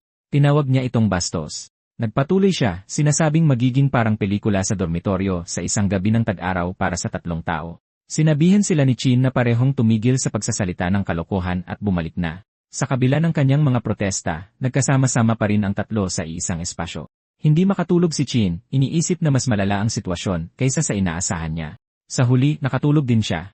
Sa kalagitnaan ng gabi, may tumunog na kampana. Biglang nagmulat ang mga mata ni Chin. Bigla siyang napaupo. Lumingon siya sa paligid at napansin na wala na si Garfield. Bumangon si Garfield. Sa sobrang dami niyang nainom na tubig, kailangan niyang gumamit ng banyo. Naglakad siya sa madilim na pasilyo, walang napapansing kakaiba, hanggang sa may narinig siyang kaluskos na nagpatingala sa kanya. Tumakbo si Chin sa pasilyo at sinigawan siyang mag-ingat. Lumingon si Garfield. Isang itim na daga na may nagniningning na pulang mata ang biglang lumundag. Tinukso niya si Chin na nagsasabing daga lang naman iyon. Bigla na lang, isang malaking kawan ng mga daga ang sumulpot mula sa mga pader at sahig. Sa sobrang dami nila, nabitak ang mga pader. Pinakawalan ni Wei ang kawan, at pinanood ni Chin at Garfield ang pagdagsa ng mga daga. Umalinggaw ang mga sigawan sa buong gusali. Gumapang ang mga daga sa lahat ng bagay at nakakadiri ito. Nasuklam si Garfield at tinawag siyang tanga ni Chin. Sumagot siya, sinabing hindi niya mapapatawad ang may kagagawan nito. Pinaalalahanan siya ni Chin na pusa siya at sinabihang magmadali at hulihin ang mga daga. Tinawag ni Chin ang maliit na dragon habang sinusubukan itong abutin. Lumipad ang dragon sa himpapawid. Nagulat si Chin na kaya nitong lumipad. Nagsimulang gumuho ang bubong at ilang daga ang nahulog sa ulo ng maliit na dragon. Natigilan si Chin habang pinapanood ang nangyayari. Masyadong maraming daga at hindi sila makadaan. Natabunan na ng mga daga ang maliit na dragon. Naisip ni Chin na gamitin ang galaw na iyon. Nag-atubili siya dahil isang beses lang ito magagamit at hindi pa ito ang tamang panahon. Bigla, sinabihan niya ang dragon na huwag maging maselan dahil mga daga lang naman sila. Pinalakas niya ang loob nito, sinasabing mas marami ang ngipin nito kaysa sa kanila at mas matalas ang mga kuko nito. Idineklara niyang ito ang Panginoon ng 10,000 hayop. Dahil dito, may napagtanto ang maliit na dragon. Umungal ito ng malakas. Agad na umatras ang mga daga palayo dito. Nakita nila ang pagkakataong makadaan, at sa wakas, narating nila ang maliit na dragon. Kinarga ni Chin ang dragon at pinuri ito, sinabing magaling ang ginawa nito. Hindi nagtagal, nagsimulang magtipon muli ang mga daga. Itinuro ni Chin ang isang bitak at sinabihan silang umakyat sa 3-leaf floor. Umakyat sila at sa huli ay nakarating sa ligtas na lugar. Nanumpa si Garfield na maliligo siya ng 100 beses pagkatapos nito, pero napagtanto niyang nakalimutan nila si Fanfan. Sumilip sila pababa at isinigaw ang pangalan niya, tinatanong kung buhay pa siya. Sumigaw ng malakas si Fanfan. Isang nanginginig na kamay ang kumapit sa isang piraso ng tela, hirap na kumapit. Sumigaw pabalik si Fanfan na buhay pa siya, pero baka hindi na magtagal. Nakasabit siya sa kisam habang nagtitipon ang mga daga sa ibaba. Nagdasal lang si Garfield at sinabing mabuting doktor si Fanfan. Akala talaga ng babaeng ito na katapusan na ni Fan. Pinagalitan siya ni Chin. Dahil mabilis si Garfield, sinabihan niya itong tumakas at humingi ng tulong habang siya ang sasagip kay Fanfan. Plano niyang tapusin na ang problema sa study group ngayon. Binalaan siya ni Chin na huwag pumunta sa security department. Sa halip, sinabi niyang dumiretso sa Supreme Council. May determinadong tingin, idineklara ni Garfield na gagawin niya ito para sa maliit na dragon. Mula sa bintana, tumalon siya palabas at gumalaw sa mga puno. Dahil hindi si Garfield ang target, alam niyang magiging ligtas siya kapag nakaalis na sa lugar. Sinabi niya sa maliit na dragon na magpahinga at ipaubayan na sa kanya ang lahat ngayon dahil maganda na ang nagawa nito ngayong gabi. Puno ng daga sa ibaba, kaya iniisip niya kung gaano siya kalapit makakarating kay Fanfan. Kailangan niya munang bumaba at gawin ito ng dahan-dahan. Tumakbo si Chin pababa sa mahaba at madilim na pasilyo. Hindi inaasahan, may gumalaw ng napakabilis. Si Dashion. Agad na umiwas si Chin. Nakita niya na napakalaking aso nito na humaharang sa pasilyo. Naglalaway si Dash habang pinapanood siya, at sa isang iglap, sumugod ito papunta kay Chin. Nakaisip si Chin ng ideya. Kung paano makalapit kay Fanfan, lumundag siya sa ere, at napansin na ang sahig ay bumigay na dahil sa bigat ng mga daga, at naging napakarupok, at ang sumusugod na hayop na ito ay dumating sa tamang oras. Sa isip ng ating bida, naisip niyang ang aso ang may merito. Pagkatapos ay lumapag siya kay Dash at pinabagsak ito. Naging sanhi ito ng pagguho ng sahig sa ilang palapag. Dinagsa ng mga daga si Dash at nagsimulang maglaban-laban ang mga hayop. Sa malapit, nahihirapan si Fanfan dahil nabuhol ang kanyang kamay. Tinawag siya ni Chin at sinabing nandyan na siya. Biglang lumitaw si Wei. Tumigil sa pakikipaglaban si Dash. Kasabay nito, sinigawan ni Moye si Dash, sinasabing gumising ito. Nakilala siya ni Chin bilang nagbebenta ng karne mula sa logistics department. Nabanggit niyang masyadong maraming karakter ang sabay-sabay na lumalabas. Sinabi niya kay Fanfan na baka mas ligtas pa para sa kanya na manatiling nakasabit doon ng kaunti pa. Nagulat si Fanfan. Umumbol si Ruby. Isang maikling flashback. Isang batang muye ang may namamagaang mukha. Sinabi ni Old Jiao sa mga magulang na hindi pa gaanong mulat ang mga bata at naglalaro lang sila. Sumagot ang ina, tinatanong kung sino ang naglalaro gayong nasaktan ang kanyang anak. Mabilis na ipinaliwanag ni Jiao na walang ina si Moye na nagturo sa kanya mula pagkabata. Nakiusap siya na sila na ang umintindi at patawarin siya. Sumigaw si Moye na ang iba ang nagsimula sa pagtawag sa kanyang mga magulang na mababang uri at ikinumpara sila sa mga alagang hayop. Kaya niya sila sinaktan. Sumigaw siya pabalik na sila ang mababang uri. Nagsimulang mag-transform ang mga taong iyon na ikinatakot niya. Agad na sinampal ni Jiao si Moye at tinawag siyang pasaway. Lumuhod siya at humingi ng tawad nang angakong tuturuan ang bata ng tamang leksyon. Tinanong ni Moye kung bakit siya nakaluhod. Sinabihan siya ng beast na umalis. Isang madilim na kamay ang biglang dumakma sa mukha ni Moye. Sinabi ng nilalang na ang lugar na ito ay para lamang sa mga beastmen, at ang mga hindi kayang gumamit ng beast transformation ay nabubuhay lamang upang pagsilbihan sila. Kaya tama lang na sabihing wala silang pinagkaiba sa mga pusa at aso. Inutos na ikulong si Moye sa isang hawla ng aso para matutunan niya ang kanyang lugar. Sumigaw siya, hinihiling na palabasin. Habang nakaupo siya sa dilim, dose-dosenang kumikinang na pulang mata ang lumitaw mula sa kadiliman. Isang grupo ito ng mga aso. Isang maliit na itim na tuta ang lumapit sa kanya at naghulog ng berdeng laruan sa harap niya. Gusto nitong makipaglaro sa kanya. Sa sandaling iyon, nagpasya si Moye na patunayan ang isang bagay, na kahit hindi niya magamit ang beast transformation, mayroon pa rin siyang dignidad. Sa kasalukuyan, hawak niya ang parehong laruan. Ang itim na tuta, si Dash, na ngayon ay malaki na, ay nakilala ito. Noon sa kulungan, madalas silang naglalaro hanggang sa nakita sila ni Wei. Nang makitang hindi naman masama ang aso, inangkin ng batang si Wei ang tuta para sa kanyang sarili. Nagprotesta ang batang si Moye. Nakyutan si Wei sa tuta. Nagpinta siya ng buto sa kanilang balahibo at hinamon sila kung sino ang unang kakain sa buto. Sa kasalukuyan, matatag na nakatayo si Moye hawak ang berdeng laruang buto. Dinamba siya ni Dash. Sa kabutihang palad, nahila siya pabalik. Si Chin yon. Tinanong niya si Moye kung plano nitong talunin ang kalaban sa pamamagitan lang ng salita. Ipinaalala niya rito na sa kanilang eskwelahan, kung saan madaling pagtakpan ang pagkain ng tao. Tanging kamao at pangil lang ang mahalaga. Sinabi ni Chin na alam niya ang kanilang kahinaan. Masyadong umaasa ang mga tao mula sa study group sa beast transformation. Sinabi ni Wei na lumalaki na ang ulo niya at na-expel na si Chin sa study group. Sumagot si Chin na sayang naman. Pagkatapos ay tinanong niya kung sino ang instructor ng study group. Sinabi niya na imposible para sa kanila na itago ang isang bagay tulad ng food supplementation para lumakas ng walang kinakapitan. Tinanong ni Wei kung sa tingin ni Chin ay kwalipikado siyang malaman. Sumagot si Chin na magtatanong na lang ulit siya pagkatapos bugbugin si Wei hanggang sumuko. Kinagat niya ang kanyang kamay. Napagtanto niya na nakabuo siya ng koneksyon sa dragon at direktang naapektuhan ng paglaki ng maliit na dragon ang kanyang mga kakayahan. Noong huli, nang magkalagnat ng mataas ang dragon at bumuga ng apoy, ginaya ng kanyang katawan ang kapangyarihang iyon. Bagamat isang beses lang magagamit, sapat na yon. Bigla may sumigaw na boses, rainstorm. Tumagos ang mga projectile sa mga pader at bintana. Habang tumatagos ang mga tinik sa lahat, may sumigaw ng babala na mag-ingat, pero tinamaan na ng mga tinik si Chin bago pa siya matulungan ni Moye. 5 minuto ang nakalipas, tumalon-talon si Garfield sa mga puno. Bigla siyang huminto. Nang makakita siya ng isang anino, sumigaw siya na may masamang nangyari at hinimok itong ipaalam sa Supreme Council. Sa kanyang pagkagulat, isa pala itong guro. Nakahina siya ng maluwag. Umiti si Bao Bao at sinabing papunta na siya roon. Nagulat siya. Mula sa malayo, makikita ang mga anino ng mga estudyante sa loob ng gusali. Itinuon ni Bao Bao ang kanyang tingin at nakita si Chin na may dalang bag. Naging mausisa siya kung anong uri ng hybrid beast ang nasa loob. Sumigaw siya, rainstorm, at mga tinik ang bumaril patungo sa gusali. Balik sa kasalukuyan, tinamaan si Chin. Pinunit ng atake ang pader. Natuwa si Wei na makita si Bao Bao dahil hindi niya inaasahan na personal itong makikialam.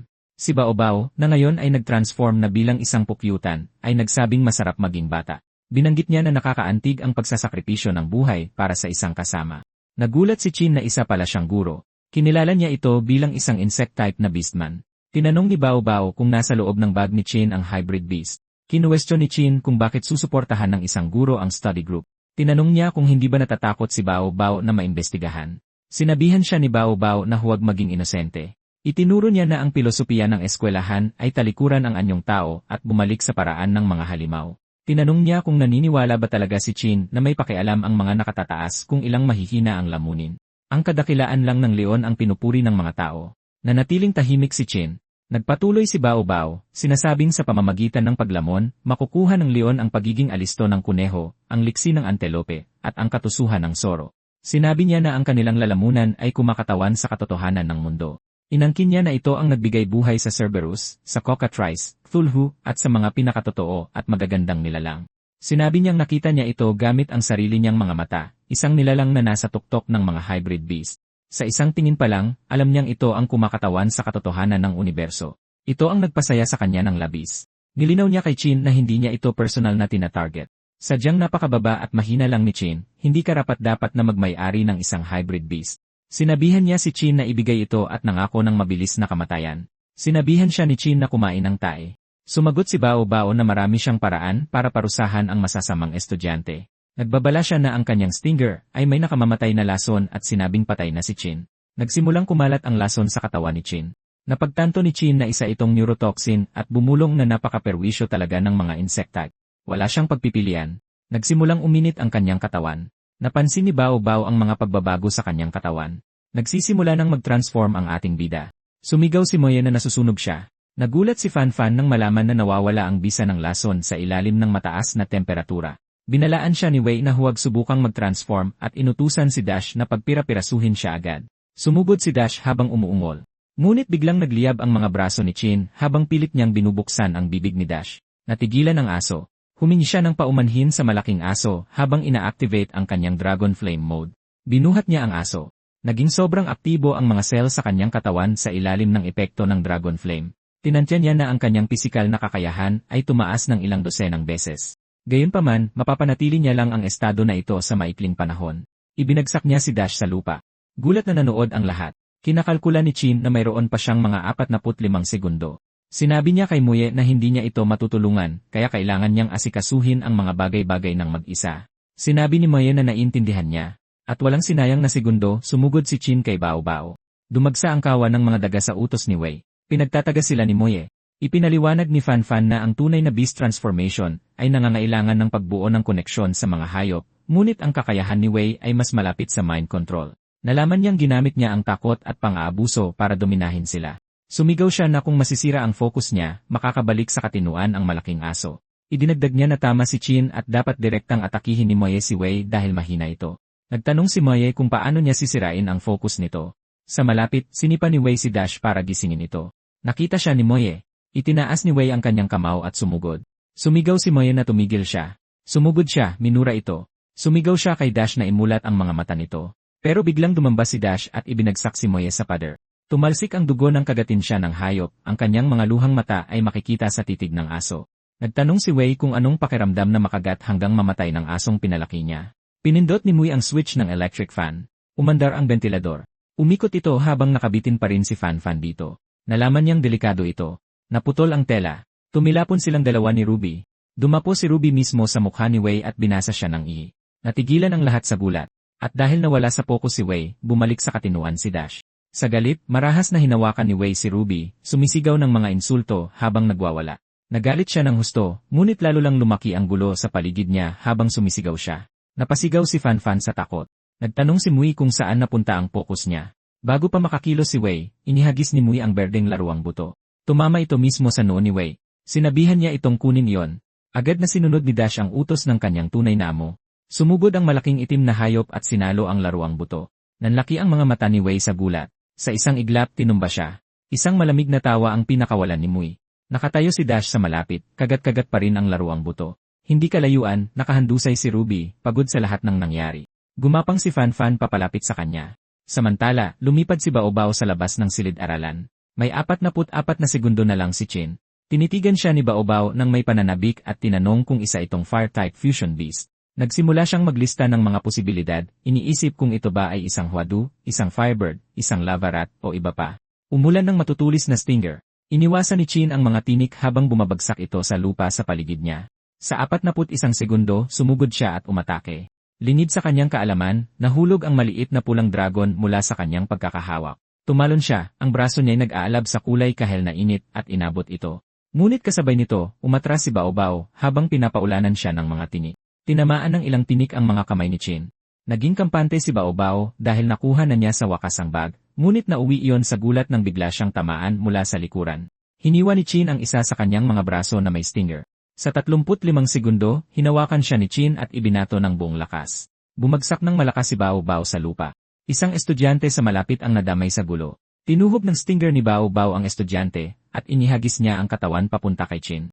Pinaikot ni Chin ang kanyang mga braso habang nag-aalab ang apoy sa dulo ng kanyang mga daliri. Sumugod siya kay Baobao at nagbanggaan sila sa ere. Sinuntok siya ni Chin habang tinitiis ang maraming tama ng stinger. Sa 24 na segundo, hinawakan ni Chin ang isa sa mga pakpak ni Baobao. Pagkatapos ay ibinuka ni Baobao ang kanyang bibig, sinusubukang tamaan siya ng isang matulis na dila. Sa 21, tumusok sa dibdib ni Chin ang stinger mula sa bibig nito. Hinawakan ni Chin ang dila at inihagis si Baobao sa isang malawak na arko. Binitawan niya ito at ibinagsak sa lupa ng may matinding lakas na nagpabiyak sa lupa. Pagkatapos ay dinaganan niya ito. Lalong nag-apoy ang kanyang braso habang inilalapit ito sa mukha ni Baobao. Sumunod ang isang malaking pagsabog. Ginugol ng ating bida ang kanyang 13 segundo sa pagsunog kay Baobao, pagkatapos ay natapos ang countdown. Bumalik si Chin sa kanyang anyong tao. Sunog ang katawan ni Baobao. Humihingal si Chin. Akala niya ay tapos na, ngunit nanatiling bukas ang bibig ni Baobao. Bigla, lumabas ang kanyang dila para tusukin si Chin. Sa kabutihang palad, nakaiwas si Chin sa tamang oras. Pinilit ni Baobao na tumayo at lumayo sa kanya. Bumulong siya na muntik na siyang mamatay. Hindi siya makapaniwalang natalo siya ng isang estudyante. Lalong lumakas ang kanyang kuryosidad tungkol sa hybrid beast. Hindi makapaniwala si Chin na buhay pa si Baobao pagkatapos ng ataking iyon. Sa puntong ito, tuluyan ang naubos ang kanyang Dragon Flame. Ngunit hindi iyon alam ni Baobao. Mabilis na nag-isip si Chin. Naniniwala si Baobao na panalo na si Chin, at malinaw na nahuhumaling siya sa mga hybrid beast, kaya kailangang magdesisyon agad ni Chin sa susunod niyang gagawin. Ngunit pagkatapos ay sinabi ni Baobao na mayroon lang siyang isang hiling. Hiniling niyang makita ang hybrid beast na tumalo sa kanya. Natigilan si Chin. Tila plinano, nahulog mula sa sanga ang bag na naglalaman ng maliit na dragon. Sumilip ang maliit na dragon. Natigilan si Chin. Alam niyang magiging malaking problema talaga ito. Kasabay nito, natulala si Baobao nang makita niya ang dragon. Nagtanong si Baobao kung ano yon. Nanginginig siya nang mapagtanto niyang isa itong dragon. Nasa tuktok ito ng lahat ng hayop, isa sa 4 na simbolo na kapantay ng maalamat na Xuanwu. Pagkatapos ay itinaman niya ang kanyang sarili, sinasabing ito ay isang nilalang na mas marangal pa kaysa sa Xuanwu. Napasigaw siya sa pagkamangha, kinikilala ito bilang isang batang dragon na kalalabas pa lang sa itlog. Napaluhod siya at sinabing kamangha-mangha ito. Tinanong ni Qin kung mayroon siyang huling sasabihin. Nagmakaawa si Baobao na hawakan ang dragon at sinabing pagkatapos noon, handa na siyang mamatay. Siyempre, walang dahilan si Chin para maniwala sa kanya. Ibinuka ni Baobao ang kanyang bibig at ipinakita ang kanyang mahabang dila, ang kanyang lifeline. Ipinaliwanag niya na isa siyang parasitic wasp at lahat ng kanyang kakayahan ay nakadepende sa partikular na bahaging ito ng kanyang bibig. Kung masisira ito, mamamatay siya. Kusang loob niya itong inalok at sinabing handa siyang ganap na magpasakop sa dragon. Hindi nag-atubili si Chin na kunin ito. Sumigaw si Baobao sa sobrang sakit. Nalaman ni Chin na hindi nagsisinungaling si Baobao. Kaya niyang patayin ito at napatunayan na ito ng naunang laban. Bahagyang kumunot ang noo ni Qin dahil nakakadiri ito. Pagkatapos ay sinabi niya kay Baobao na hindi niya maibibigay ang huling hiling nito. Tinanong niya kung pinatay ni Baobao ang isang cat girl kanina. Mabilis itong itinanggi ni Baobao. Sinabi niyang masyado itong mahina para sa kanya, kaya pinatulog lang niya ito. Totoo pala, hindi inaasahan yun ni Chin, kaya hiniling niyang dalhin siya agad dito. Pabalik sa lumang campus, patuloy na tinatawag ni Fan si Ruby. Ang gulo sa lumang campus ay tumagal ng wala pang 15 minuto tulad ng inaasahan ni Chin, at hindi ito nagdulot ng malaking kaguluhan. Ligtas si Garfield. Ang kahinaan niya ang nagligtas sa kanya sa kapahamakan. Nagpasya si Chin na sumugal sa kung paano niya haharapin si Baobao. Kung may mamatay na guro, makakatawag ito ng sobrang atensyon at tataas ang panganib na malantad ang dragon. Pangalawa, handang akuin ni Baobao ang sisi sa maraming pagkamatay na dulot ng study group na pinamumunuan ni Wei. Ire-report niya ang lahat sa mga nakatataas habang itinatago ang pagkakaroon ng dragon. Dahil doon, nagpa siya si Chin na patawarin siya at nagkaroon sila ng kasunduan. Makalipas ang 3 araw, dumating sina Chin, Garfield, at Mai sa medical facility. Sinalubong sila ni Fan. Agad na tinanong ni Chin kung kumusta na si Ruby. Nakahiga si Ruby sa isang kama na konektado sa ilang mga makina.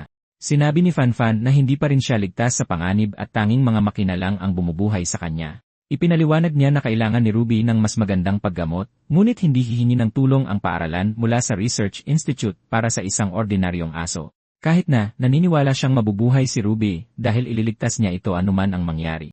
Natahimik silang tatlo. Natapos na ang kanilang pagbisita. Tinanong ni Garfield kung wala na ba talaga silang magagawa. Lumingon si Chin at nagtanong kung mayroon ba silang perang maipapahiram. Sinabi niyang babayaran niya sila. Tiningnan niya ang kanyang kamay at nakita ang 2 maliliit na barya lamang. Masyado siyang mahirap. Kahit na, pumunta siya sa reception desk at hiniling sa nurse na idagdag ito sa bayarin sa paggamot ni Ruby. Tinitigan ng nurse ang napakaliit na halaga. Napagtanto ni Chin na lahat sila ay walang pera at malamang na hindi rin maganda ang sitwasyon ni Fan. Alam niyang parehong napakamahal ang pagpapagamot kay Ruby at pagpapalaki ng dragon at napagtanto niyang kailangan niyang humanap ng paraan para kumita ng mas maraming pera. Pagkatapos noon, ipinagkatiwala ni Chin ang maliit na dragon kay Garfield ng halos 1 oras. Tinanong niya kung saan siya pupunta, ngunit hindi siya sumagot at umalis na. Bumaba siya gamit ang elevator. Bumukas ang mga pinto sa isang madilim na basement. Isang babae ang sumalubong sa kanya. May iba pang mga doktor sa loob na sinusubaybayan ang mga vital sign.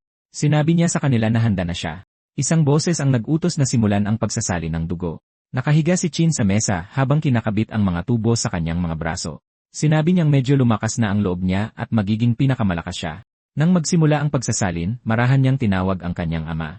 Kalaunan, dumating ang grupo sa isang liblib na lugar para magsanay. Hinaharangan ng bundok ang tanawin at perpekto ang lugar para sa pagsasanay. Napansin nila na maitatago sila ng mga pader na bato at mayroon pang ang daan para makatakas sa tubig. Sumang-ayon sila na maganda ang lugar na ibinigay sa kanila ni Baobao. Inakala ni Garfield na isa siyang santo. Bumulong si Chin na isa lang siyang pervert. Tumingin-tingin si Moye at sinabing napakalaki ng eskwelahan. Pagkatapos ay lumingon siya kay Chin at sinabing babayaran niya ito sa pagliligtas sa kanya at kay Dash. Sinabi niyang gagamitin niya ang lahat ng kanyang nalalaman para sanayin ang alagang beast ni Chin. Tinanong niya kung ano ang beast. Nagpakita ang maliit na dragon. Siyempre, nagulat si Moye. Inayos niya ang kanyang sarili at sinabing hindi niya ito ituturing na iba dahil lang isa itong dragon. Nakakatuwa, nagpalit siya ng kasuotan na parang ringleader. Sumigaw si Chin na hindi kailangan ang kasuotan. Hindi siya pinansin ni Moye at tinanong kung gusto ni Chin na sanayin ang kakayahan nitong lumipad. Sa narinig niya, lumipad lang ang maliit na dragon noong gabing iyon dahil sa emergency, kaya hindi pa ito maituturing na bihasa sa kasanayan. Ipinaliwanag niya na karamihan sa mga nilalang ay natural na umiiwas lumipad dahil malakas itong kumonsumo ng stamina at nangangailangan ng matyagang paggabay. Bago subukan iyon, iminungkahi niyang bumuo muna si Chin ng mas pangunahing koneksyon sa dragon. Ang una niyang layunin ay pasunurin ang maliit na dragon sa sipon ni Chin. Nang magtanong si Chin kung paano iyon gagawin, sinabi ni Mui na sumipol siya sa isang tiyak na ritmo tuwing papakainin niya ito. Pagkatapos ng sapat na pag-uulit, tutugon ang dragon kahit walang pagkain. Pagkatapos ay unti-unti nilang palalayuin ang distansya, magsisimula sa 100 metro, at itutulak sa 300, 500, at sa huli ay 1,000 metro. Nagsimulang sumipol si Chin at tumakbo papasok sa gubat. Sumigaw si Muya na lumayo pa siya. Humuni ang maliit na dragon at sinundan ang tunog. Hinikayat sila ni Muya na magpatuloy pa ng mas malayo. Makalipas ang ilang oras, biglang sumigaw si Garfield, nagtatanong kung kakain pa ba sila. Pabalik sa klase, natutulog si Chin sa kanyang mesa, tumutulo ang laway. Galit na tinawag ng guro ang kanyang pangalan at tinanong kung ganoon ba kaboring ang klase. Pinagalitan niya si Chin sa pagliban ng 1 buwan at pagkatapos ay natutulog sa unang araw ng kanyang pagbabalik. Sinabihan niya itong tumayo. Tumayo si Chin at humingi ng paumanhin. Sinabi niyang masyadong nakakapagod ang pagsasanay. Inasar siya ng guro at tinanong kung para saan pa nagsasanay ang isang kulela. Nagtawanan ng klase. Hindi sila pinansin ng guro at sinabihan si Chin na ipaliwanag ang beast transformation. Nagbabala siya na may kahihinatnan kung mabibigo siya. Nagkamot ng ulo si Chin. Pagkatapos magtago ng mahigit 1 buwan, ang maliit na dragon ay mayroon ng medyo matatag na tirahan. Upang maiwasang ma-expel sa pagliban sa napakaraming klase, kailangan niyang magpakita paminsan-minsan. Dahil sa kanyang ama, hindi niya iiwan ang paaralan, at kailangan niyang maging pinakamalakas. Sumagot siya na ang beast transformation ay nakabatay sa koneksyon sa pagitan ng mga tao at mga beast. Ipinaliwanag niya na kasama rito ang emosyonal at genetic na ugnayan para magkaroon ng kapangyarihan. Napansin niya sa kanyang sarili na kapag ang isang tao ay nagkaroon ng tiyak na uri ng beast transformation, hindi na sila makakakuha ng mga kakayahan mula sa ibang species. Idinagdag niya na isang buwan na ang nakalipas, pangarap lang ito, pero ngayon ay nakikita na niya ang pag-asa. Inamin niya na habang ang transformation ay gumagaling sa pamamagitan ng personal na pagsasanay, marami pa ring hindi nalalaman. Napagtanto niyang hindi na siya maaaring magpatuloy sa pagtatago. Kailangan niya ng pera para sa pagpapagamot ni Ruby at sa gatas ng maliit na dragon. Natigilan ang guro at ang mga estudyante na pagtantong ganap na tama ang sagot ni Chin. Nagpatuloy si Chin sa pagsasabing kapag umabot na sa 50% ang beast transformation rate bago siya biglang naputol. Nagpanik ang mga estudyante sa pag-akalang lindol iyon. Nakita nila ang isang taong naglalakad sa labas. Itinuro ng mga estudyante sa hallway ang isang gintong badge. Sabi nila galing daw ito sa Elite Campus. Isang estudyante na tinuksong probinsyano ang nagpaliwanag na sa kanilang campus, bihirang lumampas sa 15% ang beast transformation rate. Nasa pinakamababang antas sila ng campus, habang sa itaas nila ay isang ganap na ibang mundo, ang Elite Campus. Puno ito ng mga halimaw na may transformation rate na higit sa 50%. Nagtaka sila kung bakit may isang taga-roon na pupunta rito. Pagkatapos, bumukas ang pinto ng silid-aralan. Pumasok ang isang estudyanteng nagngangalang Kao Meng, kasunod ang isang matandang lalaki. Inanunsyo niya na kailangan niya ng 3 piraso ng prey. Nagulat ang guro nang makita ang isang estudyante mula sa Elite Campus. Agad na nagsimulang magbulungan sa gulat ang iba, na kinilala siya bilang si Chao Meng, ang pinakabatang record holder na may beast transformation rate na higit sa 50%. Namutla si Chin nang makita niya ang badge. Kinabahan ng guro, pinagpawisan habang tinatanong si Meng kung ano ang nagdala sa kanya roon. Sinabi ni Meng na kailangan niya ng 3 prey para sa isang proficiency test. Nagtakutan ang buong klase. Napagtanto nilang tinutukoy niya ang hunting game, isang brutal na pagsusuri na ginagaya ang pangangaso ng mga beast. Nagbulungan ang mga estudyante na isa itong pagsusulit na ginagamit sa Elite Campus kung saan ang mga kalahok ay itinuturing na mga disposable na target. Ang ilan ay hindi na nakabalik ng buo, habang ang iba naman ay namatay sa proseso, lahat para sa isang pagsusulit. Sinabi ni Meng na ang mga second-class citizen na tulad nila ay mga gamit lang. Natigilan ang mga estudyante sa kung gaano niya hayagang binaliwala ang kanilang buhay at kung paano niya sila hindi itinuring na tao. Lumapit ang kanyang butler at tahimik na pinaalalahanan siya na huwag sabihin iyon. Kaswa na sinabi ni Meng sa klase na magkunwaring wala silang narinig. Pagkatapos ay nag-alok siya ng bonus sa mga mapapalad na mapipili, humigit kumulang 200,000 na para bang binibili ang kanilang buhay. Muli siyang binalaan ng kanyang butler na huwag magsabi ng ganoong mga bagay. Naging tensyonado at puno ng sama ng loob ang silid-aralan, iniisip na sobra na ito. Si Chin naman, nakita ito bilang isang pagkakataon para kumita ng pera ngunit nagpa siya na hindi pa ito sulit sa panganib sa ngayon. Bigla, isang estudyante ang humampas sa kanyang mesa at sumigaw na katawa-tawa ang sitwasyon. Kinuwestiyon niya ang karapatang gamitin ang mga estudyante bilang libangan at sinabing dapat matagal nang inalis ang ganoong patakaran. Bago pa siya makatapos, lumipat ang butler ni Mung sa likuran niya at hinampas siya ng kuko na naging sanhi ng pagbagsak ng estudyante. Kalmadong humingi ng paumanhin ang butler sa guro, sinabing tumulong lang siyang panatilihin ang disiplina sa silid-aralan. Mabilis na sinabi ng guro na makikipagtulungan siya. Natahimik ang natitirang bahagi ng klase na pagtantong napakalaki ng agwat sa kapangyarihan. Pumalakpak si Meng at nagsimulang pumili ng prey. Itinuro niya ang isang malaking estudyante, isang buwaya, pagkatapos ay isang pangolin, at isang babaeng may skunk transformation. Natigilan sa gulat ang mga napiling estudyante. Pagkatapos ay biglang itinaas ng buwaya ang kanyang kamay at sinabing may kilala siyang mas angkop. Diretsyo niyang itinuro si Chin, sinasabing siya ang perpektong prey. Nagkibit balikat si Meng at sinabing walang pinagkaiba kung magdagdag pa ng isa. Tumawa ang buwaya. Mabilis na inutusan ng guro ang lahat ng napiling estudyante na sundan si Meng. Bago umalis, itinaas ni Chin ang kanyang kamay. Sinabi niyang mayroon siyang tanong. Kinumpirma niya na sa pagsusulit na ito, sila ang prey na dapat tumakas habang tinutugis sila ni Meng.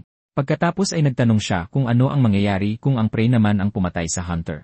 Tinitigan siya ni Meng nagulat. Hindi makapaniwala ang ibang mga napiling estudyante sa sinabi ni Chin. Kinilala ni Meng ang tapang ni Chin. Bilang gantimpala, pinangakuan niya ito ng karagdagang vial ng evolution potion. Agad na tumutol ang butler, sinasabing napakahalaga ng potion. Malamig na nagtanong si Meng kung kailangan niya ng pahintulot. Sabi ng butler ay hindi. Ilang sandali pa, dinala sila sa isang bangin. May 12 iba't ibang training ground ang Longson sa loob ng gubat. Ang una ay kung saan nagtatago ang maliit na dragon. Ang ikalimang training ground ay ang kapatagan ng malalaking bato. Sa kabila noon ay ang ikalawang campus at ang Elite Campus. Pagkatapos ay ipinaliwanag ni Meng ang mga patakaran. Ang prey ay bibigyan ng 30 minutong kalamangan. Kung makaligtas sila sa loob ng 3 oras nang hindi nahuhuli, sila ang panalo. Binalaan niya sila na huwag maging passive. Kung mahuli niya sila, ipapadala niya sila sa kama sa loob ng kalahating taon. Sinabi niya sa kanila na maaari silang tumakbo, magtago, o gumamit ng anumang paraan. Idinagdag niya na maaari rin nilang gawin ang iminungkahi ni Chin kanina, talunin siya. Ngunit ang probabilidad na mangyari iyon ay 0.00001% lamang. Napansin ni Chin sa kanyang sarili na batay sa naunang pag-ugali, hinding-hindi hahayaan ng butler na mabigo si Meng. Pagkatapos noon, oras na para magsimula. Sinabi ng buhaya na wala silang paraan para umakyat. Sa sandaling iyon, ang butler, isang matandang kuwagong ibon, isang malaking may pakpak na beastman, ay dinaklot sila gamit ang kanyang mga kuko. Tinanong niya ang kanyang batang amo kung kailangan din niya ng tulong sa pag-akyat. Tumanggi si Meng, sinabing akyatin niya ito mismo bilang warm-up. Dinala ng kuwago ang grupo sa himpapawid. Nang sapat na ang taas nila, bigla niya silang binitawan. Nahulog sila mula sa langit, sumisigaw. Bumagsak sila sa ikalimang training ground na kilala bilang Boulder Plain. Nanood si Meng at nagpasya na sapat na yon. Naghubad siya ng ilang patong ng damit. Nagbago ang kanyang katawan at naging isang malaking unggoy. Sa training ground 5, Boulder Plains. Hinimok ni Crocodile ang lahat na tumakbo, sinabing kailangan lang nilang tumagal ng 3 oras. Sa kanyang isip, mabuti na lang at isinama niya si Chin bilang pain. Naniniwala siyang makakapagpabagal si Chin ng sandali. Ang plano niya ay hindi takbuhan ang beast, kundi ang taong katabi niya lang. Napagtanto ni Chin na hindi man lang sila itinuturing ni Meng bilang banta. Hindi man lang niya inabalang kunin ang kanilang mga telepono. Alam din niya na ang matandang kuwagong ibon sa itaas ay magmamasid sa lahat. Inilabas ni Chin ang kanyang telepono at tinawagan si Garfield. Agad siyang nagtanong kung saan siya nagpunta. Nang banggitin niya ang hunting game, nagulat siya at sinabing tapos na siya. Sabi niya, aalagaan niya ang maliit na dragon kapag wala na siya. Sumagot siya na mayroon pa siyang 45 segundo ng dragon flame na naipon na yung buwan, kaya't hindi dapat maging problema ang makaligtas. Gayunpaman, inamin niyang kailangan niya ng dagdag na kasiguruhan at hiniling kay Garfield na tulungan siyang makipag-ugnayan sa isang tao. Samantala, sa wakas ay huminto si Crocodile at ang iba pa upang habulin ang kanilang hininga. Inakala ni Crocodile na sapat na ang layo ng kanilang tinakbo at dapat ay malayo na ang talunan ngayon. Sinabi niya sa sarili na kasalanan ni Chin kung bakit siya walang silbi, iniisip na ganoon lang kalupit ang mundo. Nagulat siya nang biglang lumitaw si Chin sa likuran nila at sinabing hindi gagana ang pagtakbo ng magkakahiwalay. Lumingon si Crocodile at tinanong kung bakit siya naroroon. Hindi siya pinansin ni Chin at ipinaliwanag na kahit mas malakas pa ang isang kalabaw kaysa sa isang leon, nagiging biktima pa rin ito dahil sa likas na takot. Sinabi niyang may kalamangan sila at ang pinakamagandang pagkakataon nila ay magtulungan at sumalakay. Nagalit si Crocodile dahil sa hindi pagpansin sa kanya. Bago pa siya makasuntok, inabot ni Chin at hinawakan ang kanyang mukha na agad siyang pinigilan.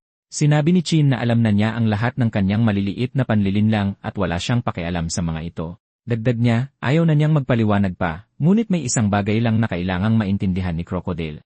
Makikinig siya kay Chin mula ngayon. Sa ibang lugar, naglakad si Meng sa kapatagan ng malalaking bato. Huminto siya nang makarinig ng kaluskos. Biglang lumabas si Chin mula sa kanyang pinagtataguan at sumugod para hawakan siya. Agad na nag-react si Meng, humarap para salubungin ang sorpresang pag-atake habang papalapit si Chin. Sinabi niyang matapang ang isang harapang pag-atake na tulad nito. Sinabi ni Chin na wala siyang malalaman hanggat hindi niya sinusubukan. Gusto niyang makita ang agwat sa pagitan niya at ng isang elite. Patuloy siyang sumugod, ngunit madaling naiwasan ni Meng ang bawat galaw dahil masyadong mabagal si Chin. Inasar siya ni Meng, sinabing hindi tumutugma ang kanyang galing sa kanyang kumpiyansa. Tinanong pa niya kung hindi ba talaga kayang gawin ni Chin ang beast transformation. Napagtanto ni Chin na sobrang bilis ng kanyang kalaban at hindi siya makatama kahit isang beses. Pagkatapos ay pinili ni Meng na saluhin ang isang suntok sa mukha. Nagkomento siya na masyadong mahina ito. Nababagutan siya kay Chin. Sa isang mabilis na kilos, ginamit niya ang kanyang buntot para hampasin si Chin at pinatalsik siya. Biglang lumitaw si Crocodile sa likuran niya. Nakakatuwa para kay Meng ang diskarte ng pag-atake ng grupo. Sinipa siya ni Meng sa panga at ibinagsak sa lupa. Sumugod sina Skunk at Pangolin para tumulong. Bago pa sila makakilos, napasuko na silang dalawa ni Meng gamit ang kanyang kamay at buntot. Habang nakatapak kay Crocodile at hawak ang dalawa pasalig sa air, tumawa siya at sinabing nakakabagot pa rin. Nagulat siya nang muling magpakita si Chin at idineklara na oras na para sa ikalawang yugto. Pero hindi tulad kanina, pinili ng ating bida na mag-transform at gamitin na ang kanyang anyong dragon ngayon. Napansin ni Meng na ginamit lang ni Chin ang kanyang mga kasama para gumawa ng pagkakataon na nagpapatunay na hindi siya mabuting tao. Gayunpaman, naniniwala siyang napakahina ni Chin kaya hindi niya kailangang ipagtanggol ang kanyang sarili. Pero nagulat siya. Tumama ang atake ni Chin sa kanyang likod na nagpaubo sa kanya. Nagmasid lang ang mayordomo. Nang makita ang pagkakataon, sumigaw si Chin sa kanyang mga kakampi na ito na ang kanilang tsansa. Mula sa malayo, natatakpan ng mga bato ang tanaw ng matandang kuwago. Nagtaka siya kung sadya bang inakit doon si Meng. Gayunpaman, naniniwala siyang kayang harapin ng batang amo ang isang pagsubok na tulad nito. Hinawakan ni Crocodile ang mga binti ni Meng. Agad na sumunod si Skunk, inihagis ang kanyang espesyal na stink bomb. Isang ulap ng berdeng usok ang kumalat sa paligid. Napaatras si Meng sa pandidiri, nagrereklamo sa sobrang baho, at kung paano ito nakakapas sa kanyang mga mata. Sumunod si Pangolin. Mabilis siyang sumugod at nagpakawala ng sunod-sunod na atake kay Meng. Dahil masikip talaga ang lugar, naging epektibo ang kanilang combo. Inamin ni Meng na maganda ang kanilang pagtutulungan, pero sinabing masyado pa ring mahina ang kanilang mga individual na atake. Parang kiliti lang ang lahat. Idinagdag niya na kaya niyang makawala anumang oras. Pero sa isip niya, ang pinaka-inakakainis ay si Chin, dahil patuloy siyang nakakasingit ng mga suntok na pumipigil sa kanyang mga kontra-atake. Kinagat ni Crocodile ang binti ni Meng habang iniikot siya nito. Dahil doon ay napasigaw sa sakit si Meng. Hindi siya makapaniwala sa nangyayari, napuno ng alikabok at usok ang lugar dahil sa gulo hanggang sa sumipol ng matinis si Meng. Inakala ni na Crocodile, Skunk, at Pangolin na nanalo na sila pero may naramdamang mali si Chin. Dalawang anino ang biglang lumitaw sa itaas nila. Bigla, isang malaking bakulaw na may hawak na sibat at kalasad ang lumitaw. Sinuntok nito ng malakas si Crocodile na nagpabitak sa lupa. Ang iba ay tinamaan ng isa pang bakulaw. Nagulat si Chin. Tumayo ang bakulaw sa harap ni Meng para protektahan siya. Naramdaman ni Chin ang pananabik nang mapagtanto niyang may mga battle pet din si Meng. At dalawa pa sila. Lalo itong nagiging interesante. Sinabi ni Meng na isa lamang itong maliit na pagsubok. Hindi niya planong maging malupit pero ngayon ay nagbago na ang isip niya. Sinabi niyang papatayin niya silang lahat. Sumugod ang malalaking bakulaw mula sa magkabilang gilid, papalapit kay Chin. Kinagat ni Chin ang kanyang braso at inactivate ang Transcendence Mode. Muntik na siyang tamaan ng isa sa mga bakulaw, ngunit si Pangolin ang tinamaan. Tinamaan din ang kabilang bakulaw si Skunk sa halip na siya. Sinalo sila ni Chin. Samantala, humingi ng tulong si Crocodile, kahit na ayaw niya talagang tulungan ito. Ginamit ng isa sa mga bakulaw ang Deep Slash. Isang malakas na puwersa ang humiwa sa mga malalaking bato. Napagtanto ni Chin na isang perpektong opensa at depensa ang nangyayari, na walang iniiwang pagkakataon para gumanti. At ang kanyang mode ay tatagal lamang ng 45 segundo. Inisip niyang tumakbo pero hindi niya matanggap iyon. Naghihintay siya ng isang taong darating. Samantala, napansin ng matandang kuwago na pinalabas ng batang amo sina Yinggu at Huking na nagpaisip sa kanya kung may nangyari. Bigla, may naramdaman siyang papalapit. Nagtatanong siya kung sino ang nandoon. Natuwa ang lalaking nakabalaho na nakarating siya sa tamang oras. Ginamit niya ang rainstorm, nagpadala ng mga tulis pababa sa kuwago, ngunit hinarangan ito ng matandang kuwago gamit ang shield coil. Pagkatapos ay napagtanto niya na ang target ay hindi siya kundi ang batang amo. Nang mapagtanto ito, itinaas ng isa sa mga bakulaw ang kalasad at pinrotektahan si Meng. Inasar ng matandang kuwago ang umatake, dahil sa pagpapakawala ng napakahinang atake, sinabing minaliit siguro nito ang batang amo. Nagtatanong siya kung sino ito. Sinabi ng nakatalukbong na tao na ang misyon lang nila ay gumawa ng pagkakataon. Ngayong tapos na, ang pinakamagandang gawin ay umalis. Inamin niyang hanggang doon lang ang kaya niyang gawin, sinabing para lang ito sa maliit na dragon. At para lang linawin, ang nakatalukbong na ito ay si Bao Bao, ang propesor noong nakaraan. Napagtanto ni Chin na nagtagumpay sila, ngunit mayroon lang siyang isang saglit para kumilos. Sinabihan niya silang gumawa ng gulo hanggat maaari at akitin palayo ang dalawang kalabang bakulaw. Sinabihan niya ang isa sa kanila na gumawa ng gulo hanggat maaari at tinanong kung kaya nilang magtiis. Sumagot si Pangolin na nasasabik siya. Sumugod siya at ginamit ang Rolling Ground Dragon. Napuno ng alikabok ang hangin. Sumigaw si Meng na huwag isipin na matatalo nila siya ng ganoon kadali. Huminto sandali si Skunk, pagkatapos ay sinabing ibibigay niya ang lahat. Binuhat siya ni Chin sa kanyang likod at humarurot sila palayo. Sinubukan silang tamaan ng bakulaw pero mabilis kumilos si Chin at naiwasan ang bawat tama. Nagulat siya sa bilis nito. Nakita siya ni Meng na paparating. Nagulat siya na nakalusot si Chin sa paunang atake ni Ho. Napalibutan sila ng alikabok at usok. Ang likod niya ang puntirya pero hinarang ng isa sa mga ape si Chin gamit ang kalasag nito. Umungol si Chin dahil sa pagtama. Tumawa si Meng at sinabing 10,000 taon pa ang kulang niya para masira ang absolute defense ni Huking. Napakunot noo siya nang mapansin ang isang tao sa himpapawid. Nahuhulog si Skunk. Sinabi niyang ibibigay niya ang lahat ng kanyang makakaya. Lumapag siya sa kanya at hinila siya para halikan. Ito na ang pagkakataon niyang gamitin ang special blend na lengsuan.